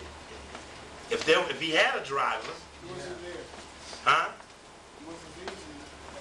Do you get the impression that Biggie's in the car by himself or with other people? That's the impression I got. And then I heard somebody say Biggie's car had got shot at. And so, like, you didn't hear someone say it. You didn't see him. He didn't see him. He right behind him. Looking straight ahead. Right, looking straight ahead. Like I'm looking so straight ahead, I didn't see 3 inches to either side. Out of the driveway of the parking lot, we made a right. And as we made the right, we were just driving, and the vehicles were all behind each other. And I was looking straight ahead, basically, and I just heard shots ring out. And when the shots rang out, I had immediately the human reaction. I had just ducked down. and everybody in the car ducked down. And then our car still, had like sped off, and then I heard somebody say Biggie's car had... Oh, he said like the car kind of like sped off. He heard that the car was shot. He heard someone speed off. I thought the car was said he heard shots, then now he's hearing that the car sped off, then he's hearing that somebody shot Biggie's car. Right, he ain't seen nothing. But between that, he ducked. It almost sounded like he talking like he wasn't there or he ain't seen nothing. He was looking straight ahead, like I was looking so straight ahead I didn't see nothing. Then they said that he was driving, but there been people that said they would listen to music and that car would stop. He said we were driving and I heard, but there are people that said that they were there, that they were outside. You know how you listen to your music. Everybody was just out listening to their music, standing in the car. Nobody was driving because the car was like open. So he said that we drive. Just like Tupac was driving, but they were saying people were just listening to his music outside of the party, and then bam, bam, bam. They weren't even driving. So now, were they driving or was the car stopped? Yeah, because he doesn't even describe the car coming up on the left side and the right side. This shit is real fuzzy-wuzzy, Plus, if he out front, it's a fire marshal. Okay, where you driving to? It's You like already out front. all the players getting killed, but the managers got immunity. I'm sorry, sister, I mean cut you off. No, I just meant... Yeah, but that's He interesting. was in front of the place. Okay, you driving. You driving away from the place. Why didn't you get shot away from the place where you drive? Because they said his car was there and everybody was congregating and they were listening. This I read in the paper, and they were listening to his new music stuff, which would lead you to believe there's no one in the car because everybody's out listening, except for him because his leg is broken. Everybody else was supposedly congregating around the car listening to his music. Now remember And the he shot. said they drive. Right, and the shot I guess we see of the car is in front of the hospital. That shot with the car being taped, with the tape around the car, the police tape. Then we see the pic when the people turn away. That car must have been at the hospital because it couldn't have been at the scene. Yeah, so somebody drive the car to the hospital. That's his comment now. So we had somebody drive the car. I said, let's get some driver. So, like, when my car was moving, I had just opened the door, and the driver, he stopped, and I had jumped out, and I had ran to the car, and I had immediately did that because I knew his leg was broken, so I know there's no way he could have made it out of the car. And then when I went there to the car, I opened up the door, and he was hunched over, and I was trying to talk to him and trying to bring him over. I was trying to tell somebody call 911, but I just told, like by the time they get, I didn't know what was going on. He wasn't talking back to me, so I just told one of the drivers of security to just jump in the car, just take me to the nearest hospital, please. And we were rushing to the hospital. And there were other cars that were with us and other people that were just following us. And as we got there, everybody helped him out of the car, and I was just, as we were driving, I was talking to him, but I wasn't hearing anything. He wasn't saying anything. And I was just getting scared, because I was just like, I didn't know, I was like, why isn't he talking to me? I was just getting scared, but I just started praying over him and praying, just trying to tell him just to stay in there. And then when we got to the hospital, everybody had jumped out the car and helped him pick him up and got him on the stretcher. And the surgeons, they had immediately rushed him back into the emergency room. And then everybody there just dropped to their knees and started praying because it just didn't look good, it didn't feel good. And that's what happened. And then they came and told us, that he had passed, and it was just unbelievable. Look at this, get that beast again. What's that? That was never said. Had a car accident? Okay. Somebody else said something? Somebody else said something? No. I didn't hear anything about anybody saying a response to what the killer was doing. Right, they drove in that direction and we followed them. They drove off, they ran off, they walked off. Now remember, the intelligence model is intentions plus capability equal threat. Coakley want to free South Africa. Coakley ain't got no plane ticket. Threat 0. So now somebody's lining up these guys and they're deciding that they're going to shoot them.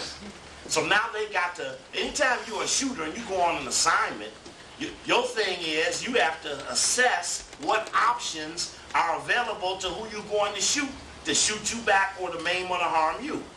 And so in a context like that, all these estimates had to be made. And I'm sure the FBI was as good as making it. And was there a relationship between the FBI that was watching them and the police who were bodyguarding them? And who did the FBI drive off to follow? If it wasn't Biggie and it wasn't Puffy, who is this other person that was so important that they drove off after him? Unsolved mystery. But what about when you travel and you come from one location and you go to another location that another unit, local unit, pick you up? No question. That's why I did not understand why it would be a New York group of FBI. And did they follow Biggie to every city? If Biggie wasn't performing, it wasn't Biggie's set. He was just there. So what were they observing at a third-party relationship? He wasn't involved in it in any sort of way. Right, and of course we know Tupac was supposedly going with Quincy Jones's daughter. This is Quincy Jones's party for his magazine. So it's intriguing that was that level of overlay. And if it was, what is the relationship between the Genovese Mafia and rap? Well, the reality is gangsters been in music. Jukeboxes, payola, playing it on the radio. How you get played? You think somebody say, ooh, that's a nice cut, let me put it on. Somebody brings you the album. My mother used to work for the vice president of Warner Music in the Midwest region. He used to take albums, right, and put the money down the albums. This is when they was using plastic. And he would deliver the albums to the record company with the money down the sleeve of the album. 2 tickets to Jamaica, weekend limo service, for any perk that a DJ or a program director could sustain would be provided by the record companies.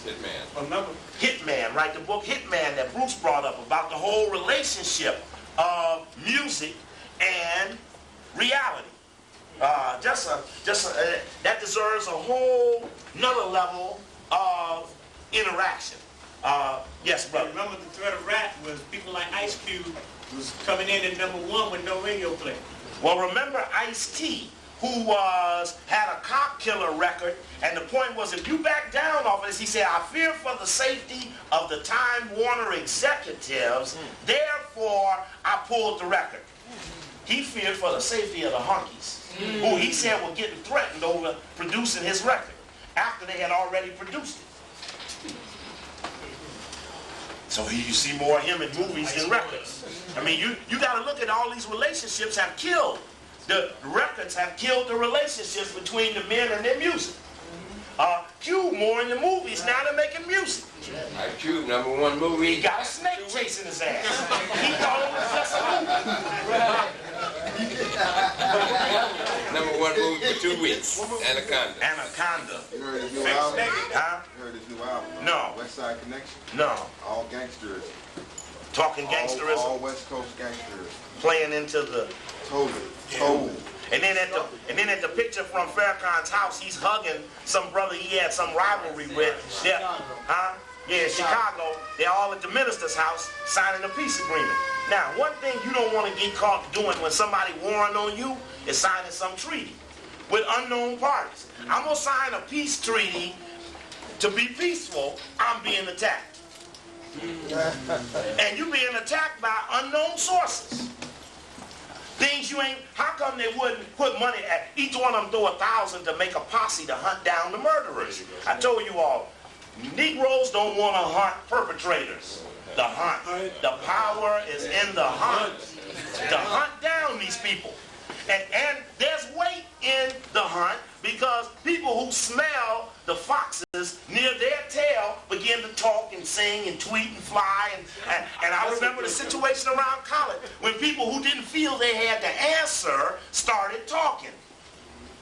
because they can smell the foxes on their tail. And rather than be bit as a rabbit, they start talking like a turtle.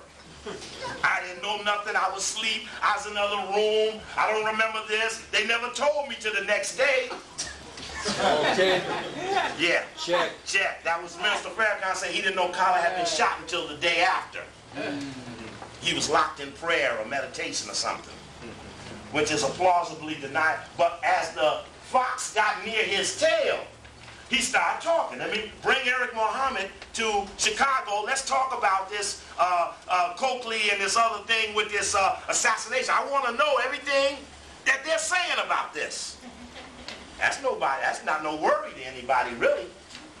And I remember so distinctly that first weekend there was much tension. And I remember the minister goes to Vegas.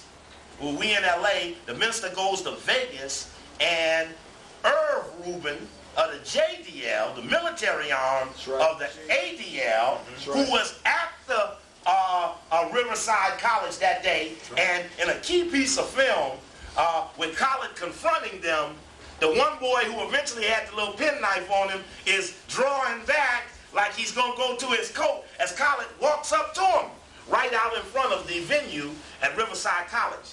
And that was a very intriguing moment. Let's walk around. I would never want you to underestimate what it means to terrorize someone at a lecture.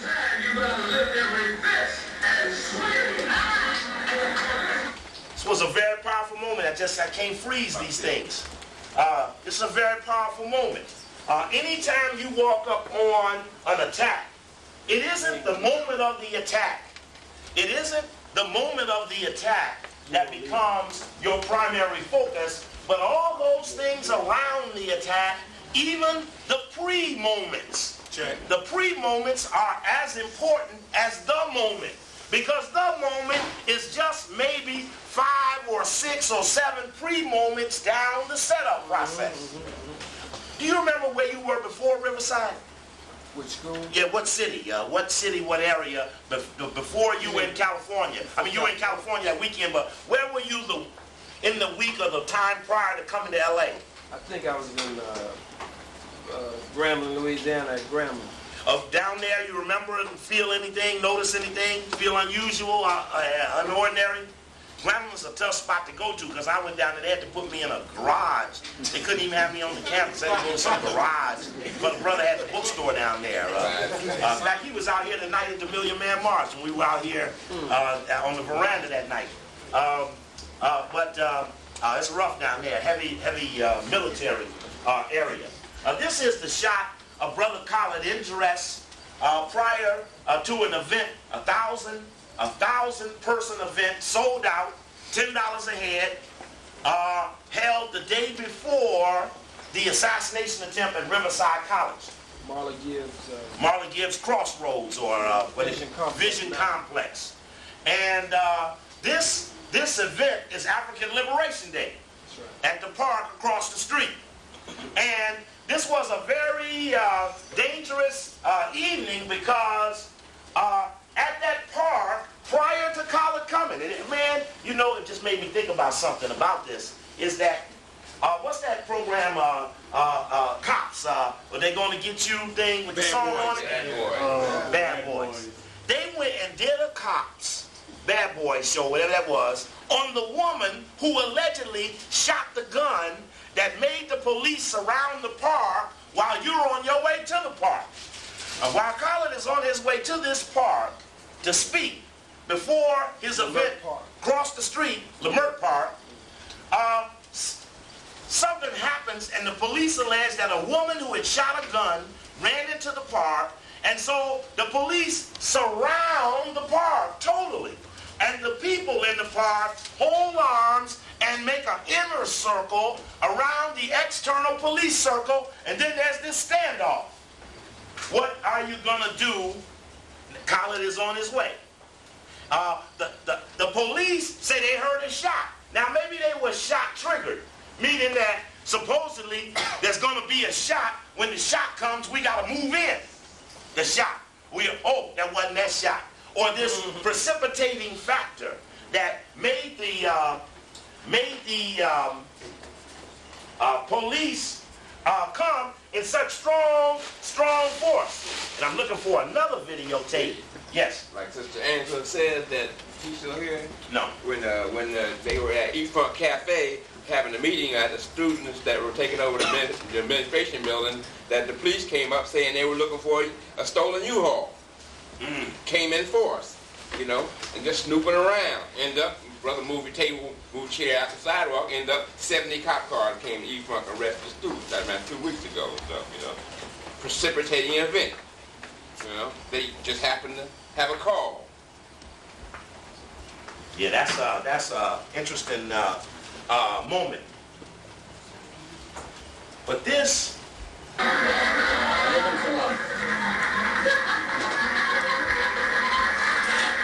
Every time I see this, it gives me the chills because it was a very powerful discussion. I think at this time we're in a garage in Oakland.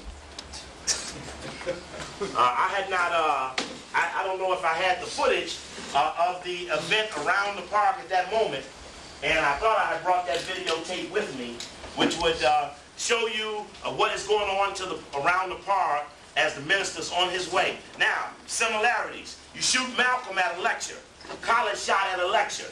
You shoot Malcolm in front of his family. You try to shoot Khallid in front of his son. The whole demonstration of terrorism is to frighten the witnesses. You pick a principle, the principle may never be framed.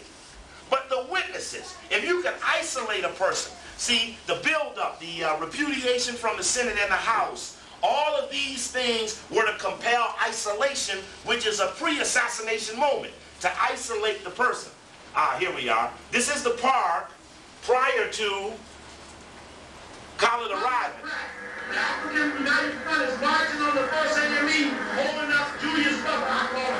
These are the people in locked arms holding out the police. Helicopters everywhere. Khallid's on his way to the event.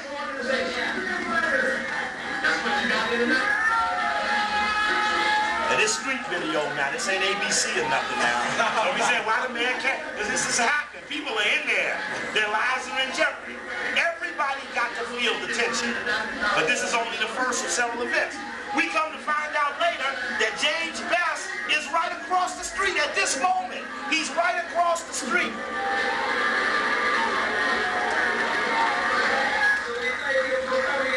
No, I just the way that van rolled up there, I didn't like the way it moves. I just kept pointing at it.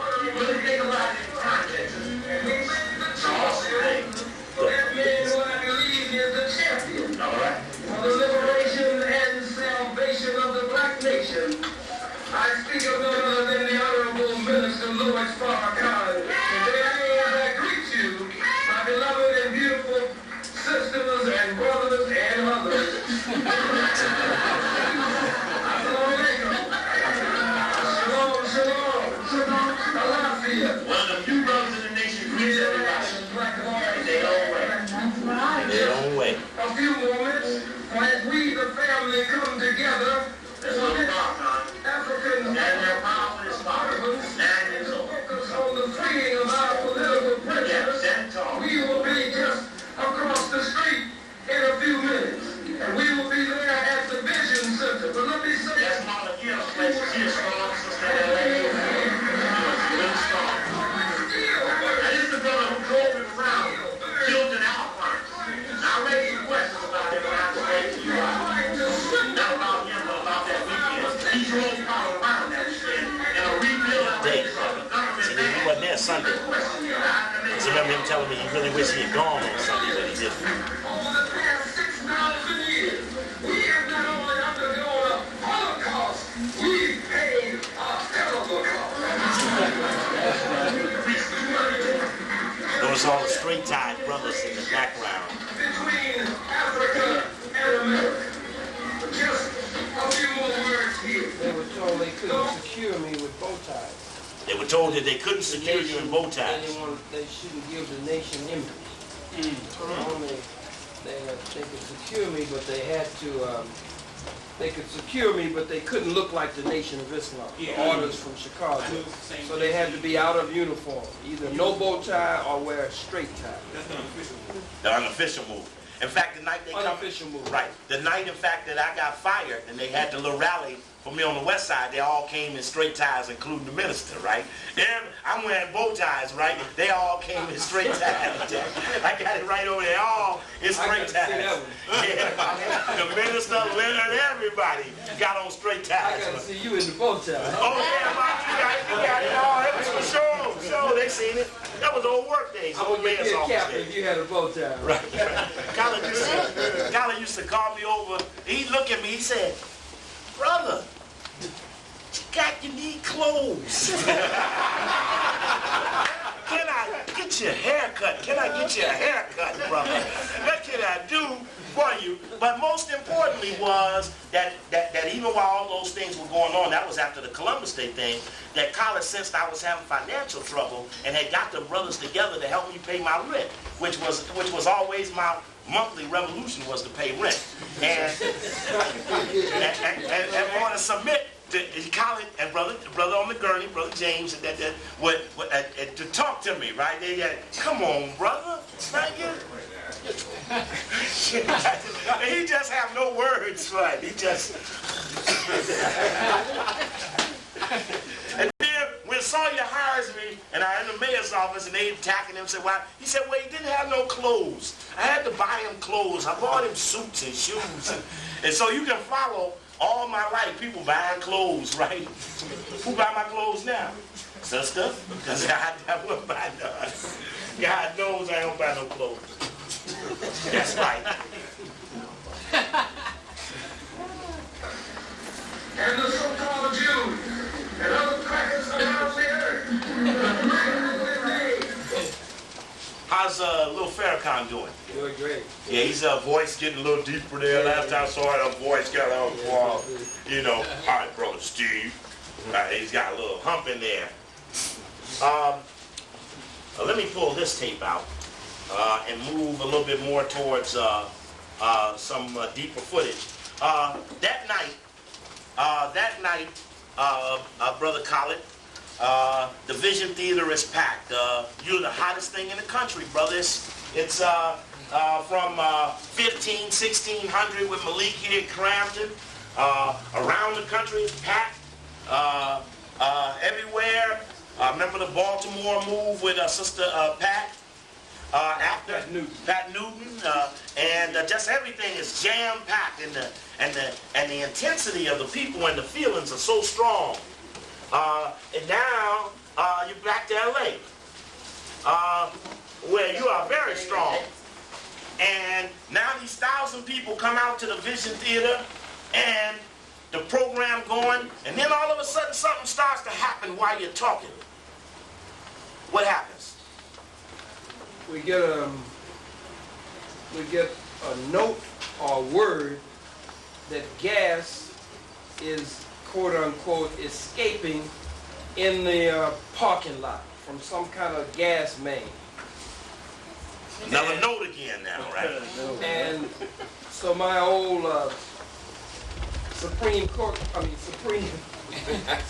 Captain tactics went into effect then. Supreme Captain tactics went into effect, which was during the time that Steve was talking about. We were trying to recruit him into the Nation of Islam, the period he was just talking about. So all of those tactics went into effect from Captain Rashid and others. So immediately I knew that if that spread throughout the audience, that a stampede would take place. People would start stampeding for the door. So I said, if the gas is escaping in the parking lot, we're all inside. So let's stay inside where there's no gas. Let's continue the lecture. And everybody just be calm, I said, and have a seat. Now, Brother Steve can fill you in on... Meantime, someone asked to see Wazir Muhammad at the side door. The way the Vision Theater was is two double or triple doors down on the corner of the stage in each side. The gas is supposedly out in this parking lot, and little did we know that James Edward Best is out there in that same parking lot. Correct. This is the alleged shooter of the next day. And he's seen outside with 2 or 3 other men with him. Right. And he calls Wazir to come out to the door. And Wazir goes to the door. He went to the door. He went to the door. And then, as the so-called gas comes, it's my understanding that the lights got to flickering and the mic stopped vibing.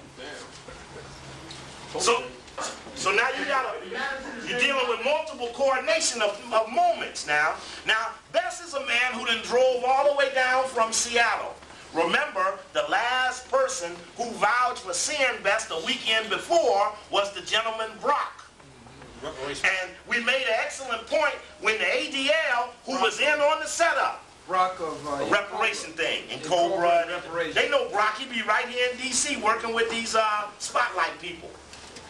And Brock used to sit right in the hotel, right over in the lobby. But after them days when I lined him up. Now, how Brock got off was Eric Mohammed let him off. That when we had him trapped with the 4 questions about having been with Bess the weekend before, Eric said, Steve Coakley said Steve Coakley 10 times says 2 bits of the question, and Brock says, I ain't getting into what Steve Coakley said, and that was the answer. Let it stop right there. We had him up in New York. He came up to Eric's place I was there June 10th. He came right before me, like June 1st, June 4th, somewhere in there. And he was very evasive, but it was the ADL report that tried to make Brock and Khallid buddies. But Brock had told me distinctively that he didn't like Khallid and that he liked Bess. And he said, what do you want me to do? Tell you that he told me he was going to go kill him? Brock said that Bess asked him to ride with him down to Los Angeles. And then that's when I got a call from the people in Fresno. As the people in Fresno saw Bess drive through town with several people, he stops in Fresno, because supposedly his brother or somebody was from Fresno, California. Somewhere Fresno was hooked.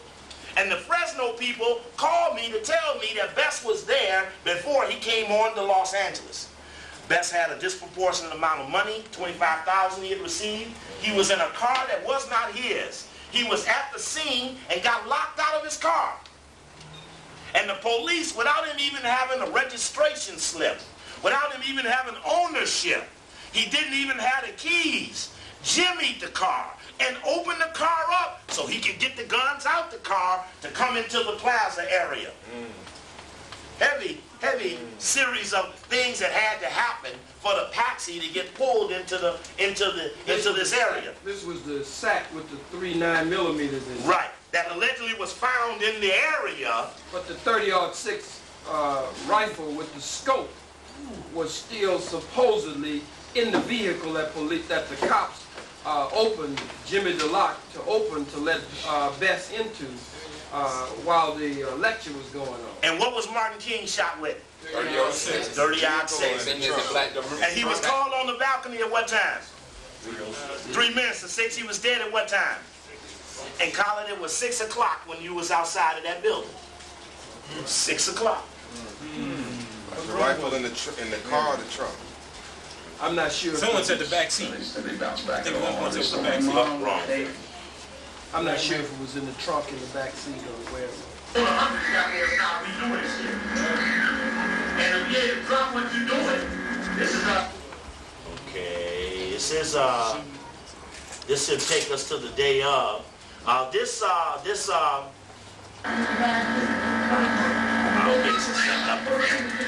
The key things they tried to do with Bess. One was to say that motive. You always got to develop a motive. So the motive, this is Brother Jamal interviewing the student leader who was out there at that moment. And at the Marla Gibbs event, as the doors swing open, because those doors did open up on that side, did they not? These are those type of doors. That's at Riverside, actually. But Marla Gibbs had these kind of double set of doors there on the side of the stage, on both sides. Yes, sir. And in fact, that they swing those doors open. I'm going to tell you exactly what I found, that the brothers who were acting like the nation on that side of the building, as those people to start coming out that door. They tried to get them up, those people in that left-hand section, and move them out. You said, open up them doors in the back. Because people was moving, people started running and scurrying and getting real systematic And that thing. was the nation that night. They were not acting. Right. That was Mosque number 27, Right. the West Coast Regional Headquarters, where I had been minister before. Right. They were allowed to be on post with me That night. They were not there at Cal State. The next night. Riverside. Which was interesting because that day they had to be in straight tie. That night they was in bow tie. That's correct. And now you got this weird series of events unfolding there in the auditorium. What you see, brother? There's a temple over here. It's a temple. Some boys. It's a what? Some boys out there. Oh, okay. Okay, so, wrong tape again. Let's go, this is now, this should take you behind, now let's let me, I'm just going to show this, let them, you can see this while we're talking over it, but this is now the day of, and after this incident with the doors opening up, the speech went on. It was a strong night. Audience was wild. Thing was strong.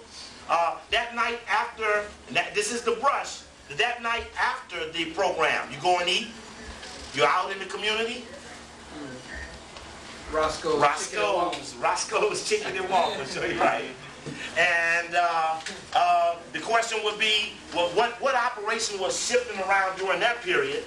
Now, this is the day of the shooting attempt at Riverside. This is now looking at the full line of trees, but notice that hunk of tree cut out. Who else was shot with a 30-06 in a row of bushes? King. Martin King, thank you. With a 30-06. Now notice how thick the brushes are. Thick, open. You see that? Thick, open. Now the question is, the bushes that are open, is this been open or just open? Now the brothers this is natural. The brothers are on the scene. They're naturally trying to figure something out. This is what you need to do more often. Just naturally try to figure something. Don't assume people who are even proficient in this are being naturally moving through it. Now look, they're looking down at the bushes. Brother Keedy and Brother Jamal.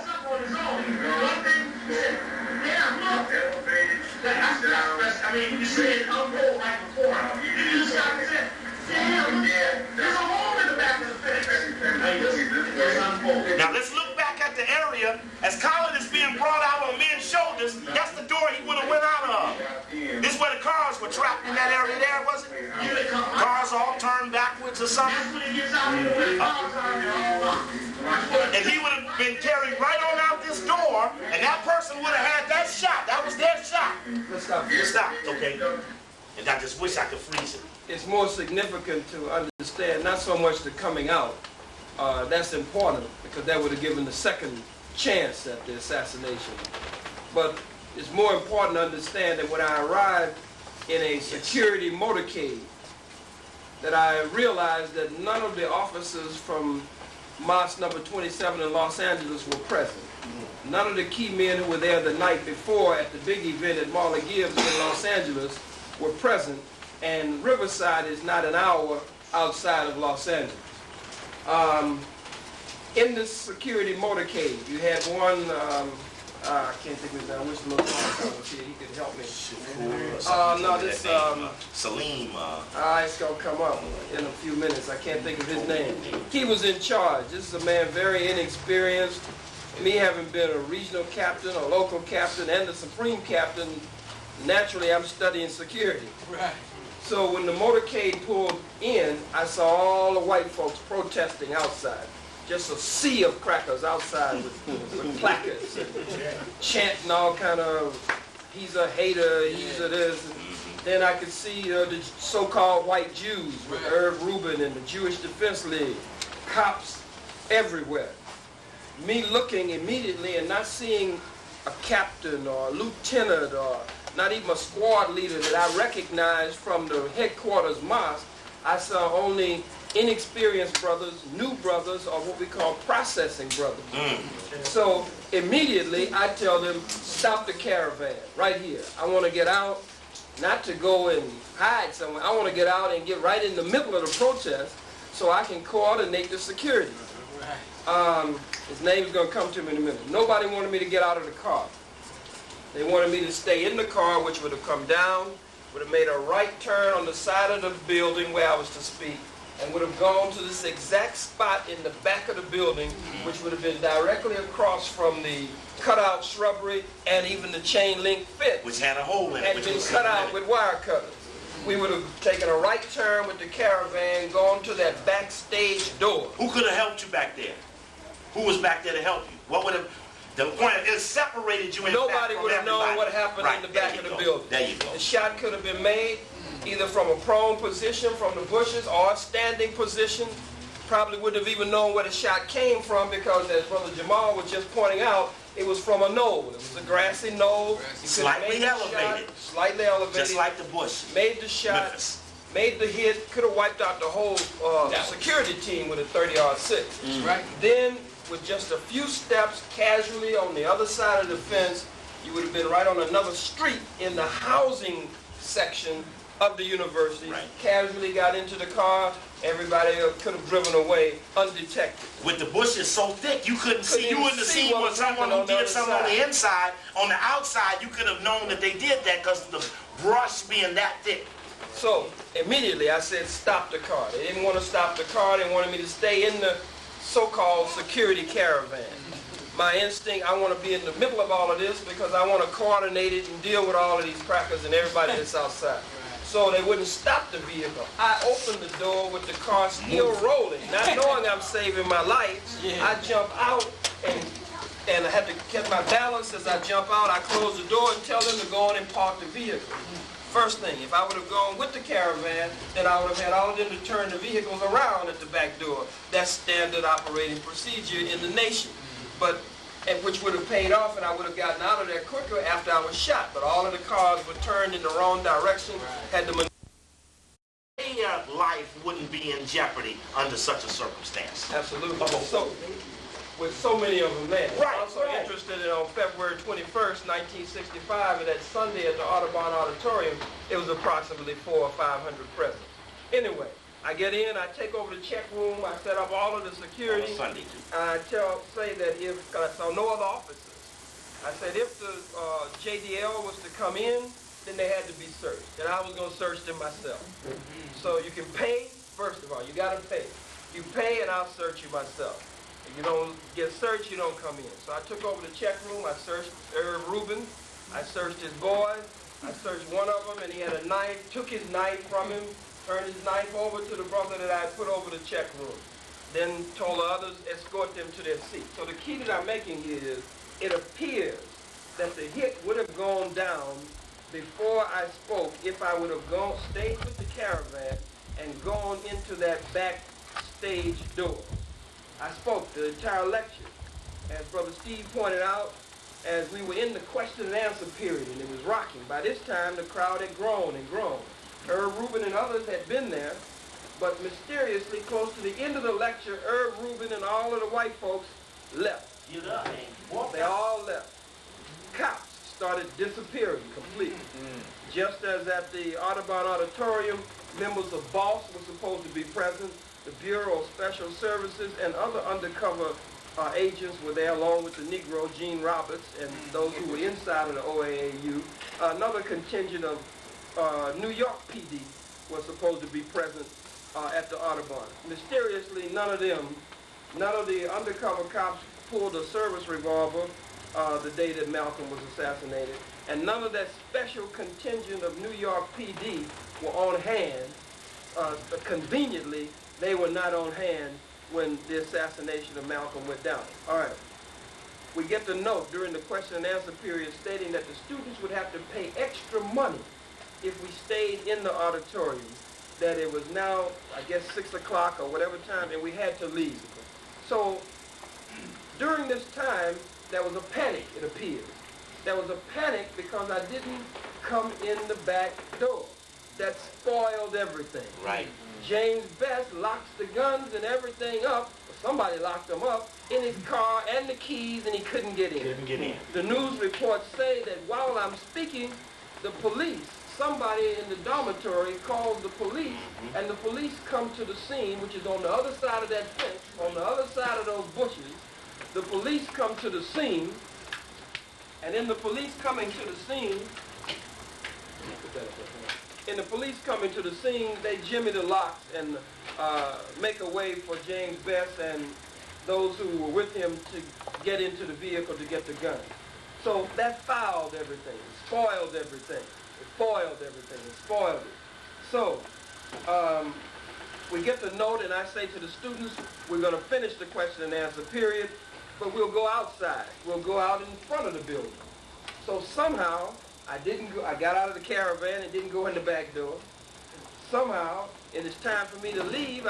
Since they didn't hit me going in, it was understood we'll get him going out. He'll come out of the door, backstage door, that he didn't come into.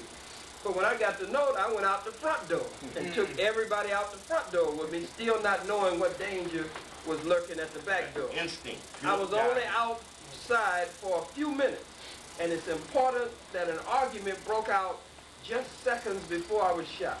The argument broke out between the handful of inexperienced new Muslims and one or two supposed to have been seasoned, but were from out in the San Bernardino, Rialto, Fontana, Riverside, Pomona area, who I did not know anything about.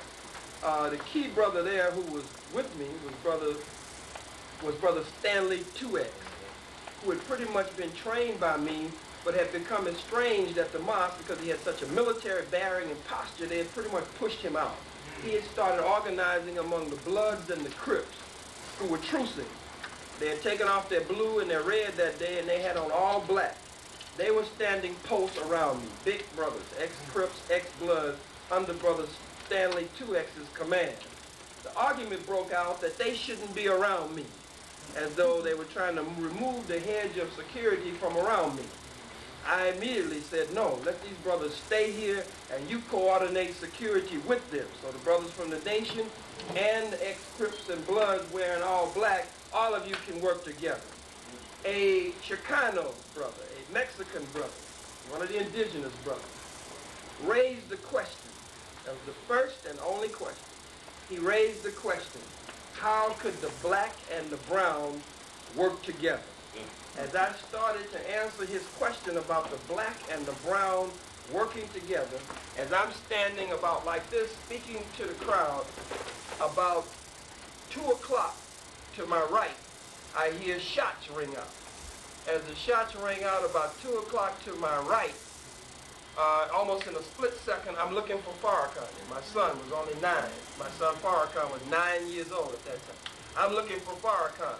As I see somebody swoop Farrakhan, bullets flying all around him, out of the line of fire. By this time, one brother hits me low, one brother hits me high, and as they begin to cover me, I didn't know this at that time, but several of the brothers around me, Crips, Bloods, shot in the chest, in the shoulder. They took all of the first hits. And I caught a graze across the right leg and a direct hit right here.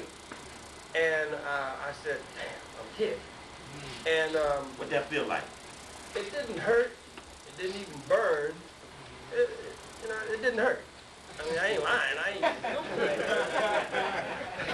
But it didn't hurt. That's all I can tell you. It didn't hurt. It rested a fraction of a millimeter from the main artery of the leg, according to the doctor's report. So, by this time, my other instinct kicks in. Everybody's screaming, hollering, men running, everybody's running. Stanley 2X. Well, first, one of the ex-gang members hits James Best to tackle him to take the gun, according to what the report is. I couldn't see all of this from my position. And as they fight over the, when he hits him, he slips the first brother, breaks his tackle. He's determined to kill me. Now, the report was that there were 2 or 3 others with bow ties on that got away. That I cannot verify, but there are many reports that say that it was true. Yeah, the Sentinel reported it. The Final Call reported the bow tie man. And at this point, Stanley 2X, like a blitzing linebacker, hits him, fights him to the ground. The gun is to Stanley 2X's stomach. They fight for the gun. Stanley is able to take the gun from James Best on the ground.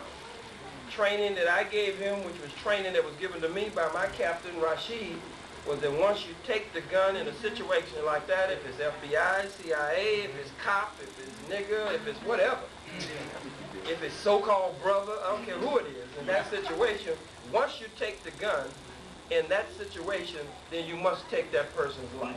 You must kill him. Stanley 2X fights, takes the gun, and at that second they're on the ground, he puts the gun, fighting on the ground, and then he puts the gun to James Best's head. A Negro who's still in the mosque to this day, who used to be the minister in Rialto, California, named Billy X. He's a body and fender man. Billy X reaches down, according to Stanley, and Stanley sees his hand. Stanley is getting ready to pull the trigger. Billy reaches down, grabs the barrel of the gun, the 9mm, raises it up from James Best's head. And by this time, the crowd is kicking him and stomping him. The gun flies out of Stanley's head like a fumble football. Stanley 2X is fighting for the gun to get another chance because he knew my first question was going to be, and that was the first question out of my mouth. He knew my question, and he didn't want to hear that question. He was not able to answer it in affirmative. The first question I was going to ask was, did he get away? And if he didn't get away, did we kill him? That was the first thing I asked. Did we kill him? And he said, I tried. And he was hurt. You know, he had tears in his eyes. He said, I tried, but Billy took the gun up from his head. And that was never thoroughly investigated by the Nation of Islam. I never have been in a meeting with Billy X, nor a hearing. Now I'll have my own. But I never had one with any of the security of the nation. At that point, he never got a chance to kill him, and Stanley did get the gun. This time the gun jammed, or something else happened. By this time, the cops, a handful, appeared from somewhere. 4, in fact, just 4. Yeah, just 4. With no guns drawn. No guns drawn in a situation where gunfire is everywhere. Right. Never had they run into a scene without a possible, what is California? Possible 187? Yeah, right. That's possible 187. When you're in and out of penitentiary in jail, you know the code. Possible 187 in progress. Right. And they never drew their service revolvers at all. They fight for Best and drag him unconscious. By his face. By his face on the ground, out of the crowd. Body is limp. And by this time, everybody's screaming, hollering, running everywhere. So I'm able to stand with holding some brothers, and so then I have to take charge of the situation. Somebody said, well, let's lay him on the table. I could hear this. Let's lay him on the table until the ambulance comes. I said, God damn it, don't lay me on no damn table. Get me to the goddamn hospital. I'll lay there and bleed to death before these crackers get here. So I took somebody's tie, had on a straight tie. And when I took their straight tie, you know, I made the tourniquet to stop the blood. To stop the blood immediately. So we commandeered, once we went through the crowd and went through everybody. My son was, at first he was crying, Daddy, Daddy, they shot my daddy. And so I looked at him. I didn't want him to go into a state of shock. So I immediately looked at him. I said, I'm all right. And he still didn't hear it. I said, God damn it, I'm all right. And he looked at me, he said, I think that's my daddy. That's the way he sounds. He's all right. And so then the next thing out of his mouth was, kill him, God damn it, they shot my daddy. So I knew he had snapped back. And so they got us back to the back of the building, now at this door where it possibly would have all taken place. We commandeered one of the brothers named, I think his name Brother Larry, who was a close friend of Brother Wazir. We get in his daughter's brand new Lexus. In their Lexus. Convertible. Blood everywhere. And he said, don't worry about it. We get in, nobody knows where the hospital is. That's one of the main things you're taught in the FOI. When you're having an event, you got to know where the nearest hospital, the nearest trauma unit. You got to know the ETA from that location to the hospital. You got to have all these things. You got to run the route as the captain or the lieutenant. You run the route and you do all of that prior to the event. None of that was done. So we in the car don't know where the hell the hospital is. And I'm giving orders, barking orders. We're not stopping for no lights. We ain't stopping for nothing. Let's go. Pause at the intersection. Keep going. And we almost had a wreck. We swerved around the car. Finally, we make it. We asking people, where's the hospital? Where's the hospital?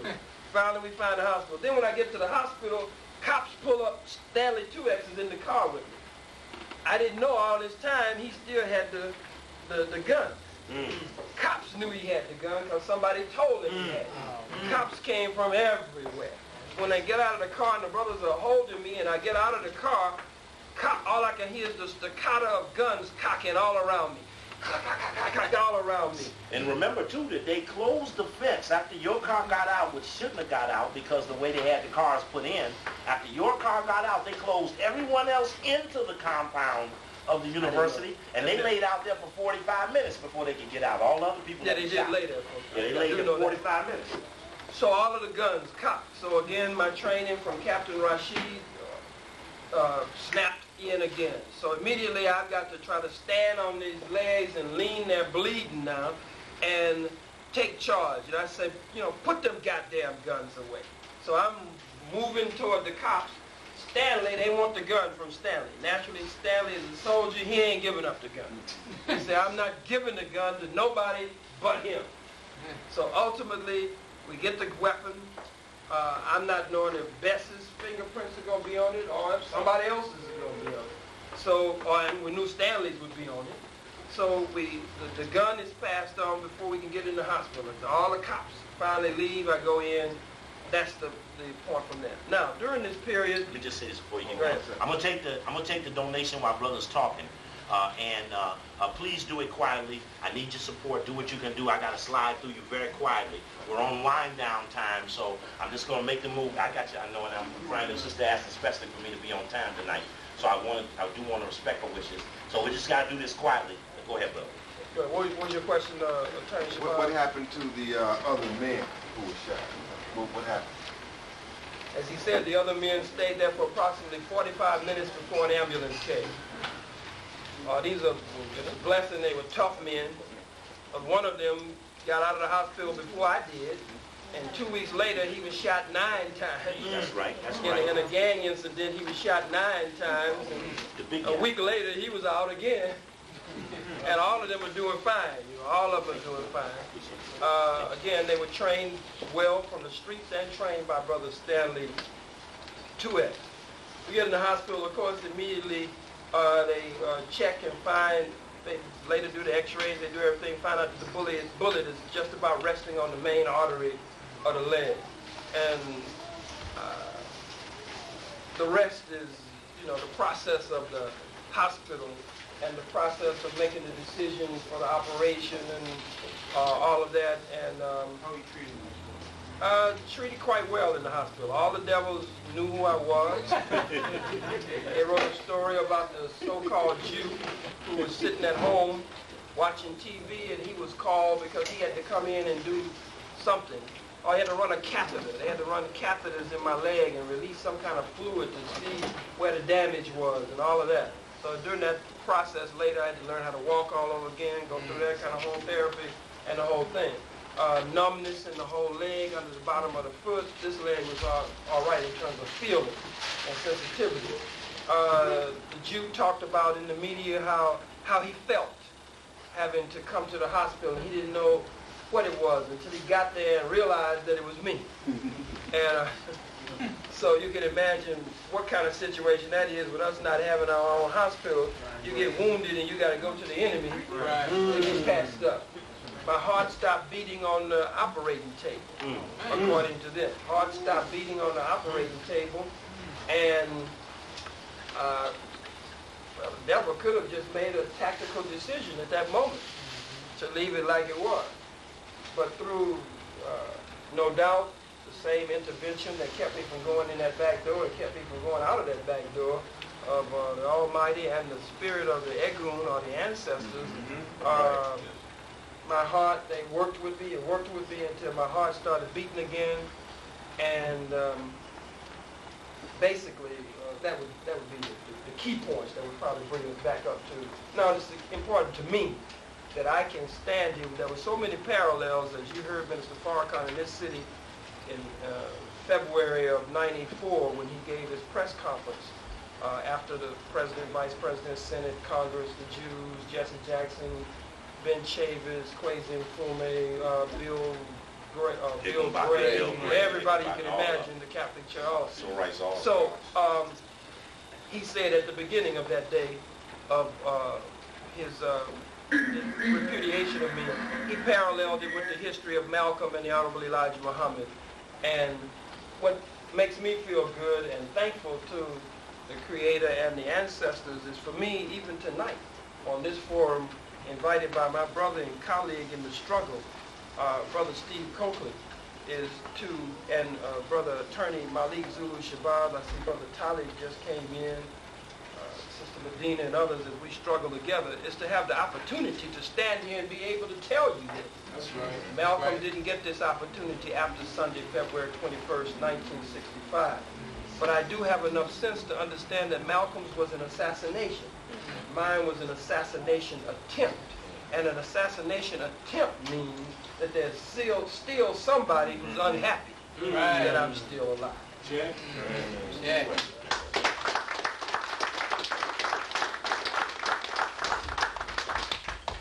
And then, that then begins the process of the crackdown. And Howard now, since survives the attack, that now the venues have to be cut. And then the options to reoccur become diminished. And the town begins to go on lockdown or change as Washington starts the transformation.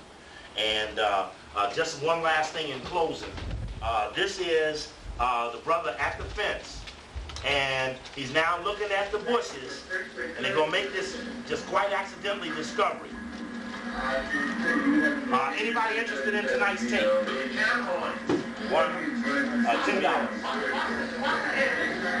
$3. Okay. Look at the bushes. Look at the trees. Yes. Look at that. Fresh cut wood. Fresh cut wood. Brand new fresh cut to make that hole. Remember, it's bush, hole. Now, just by happening, now this brush is just pushed together.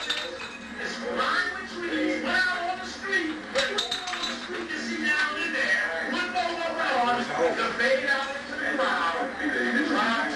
And as he looks at that brush, you see the fresh cut tree. He then walks in. Let's follow that hole. So he walks in the hole. He walks in the hole. So let's walk in the hole. Back to the fence.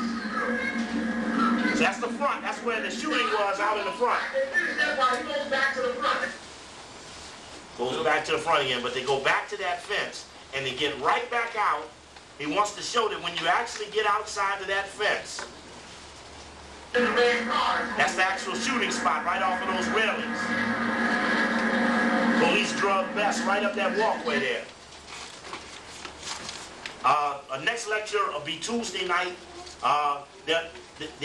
There will not be the Howard program. The group had a fight last night and broke up. Oh, break it down. The group had a fight last night and broke up. And so I asked the sister, look, this is now getting to the end of the fence, seeing that there's a hole cut actually into the barbed wire fence. And again, this is the shot looking back. The group broke up. I'm still going to be out here tomorrow evening. I'm going to be out front. The cafe will be closed. Some of them will come over to explain to me what happened to the Howard Coalition. Oh, yeah.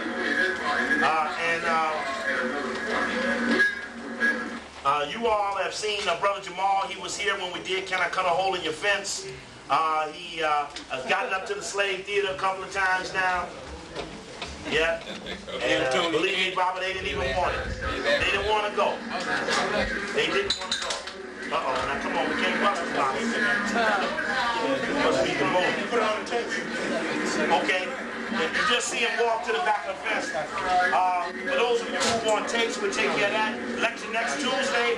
Please straighten the chairs out when it's time to go. We want to leave the cafe in a decent, respectful condition.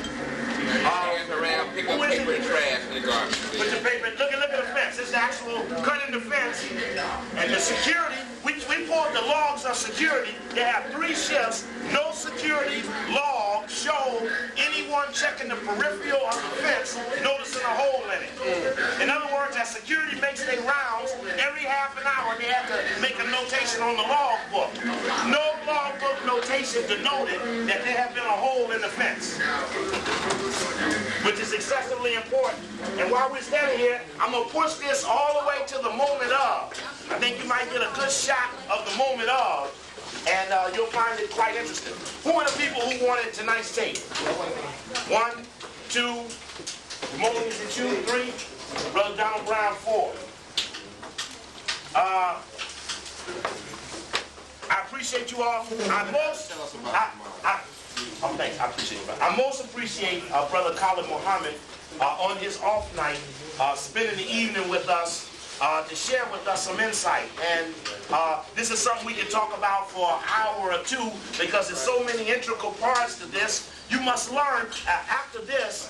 I never took for granted anything anybody ever said. I remember watching this from Maryland on my way to California, and the discrepancies were running that night. They were showing him at the par saying he was killed right after he was shot. Right after that speech, which was the day before. They were showing you in Lamert Park, and this is now kind of coming back in to go first head back there. And this is remember they said the killer was in a white shirt and a bow tie. And we always show Bess laying in the ground in a straight tie.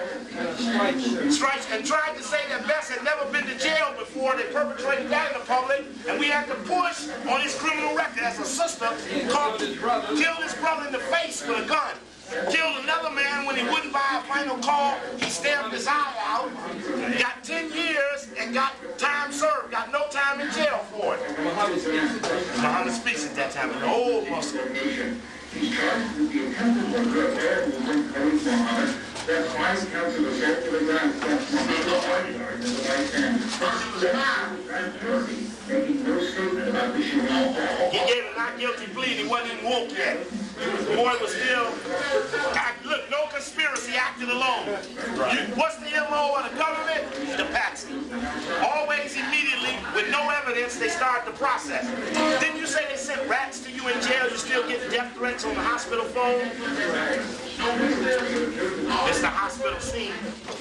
And maybe I just leave it on as everybody going out. Just let it go. It's all these dubious comments from the announcers about what happened there at the set.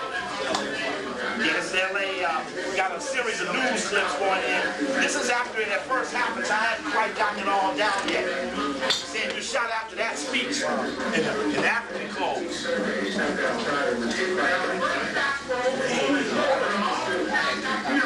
This is a film of that, and this man here is very intriguing. One of the best responses.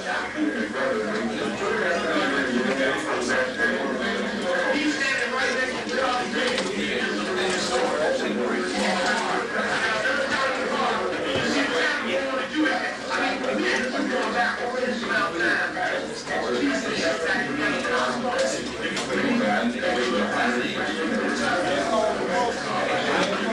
I see people getting out of chairs, leaving them.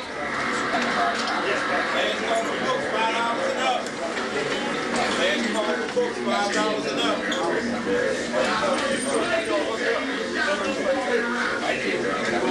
Bring that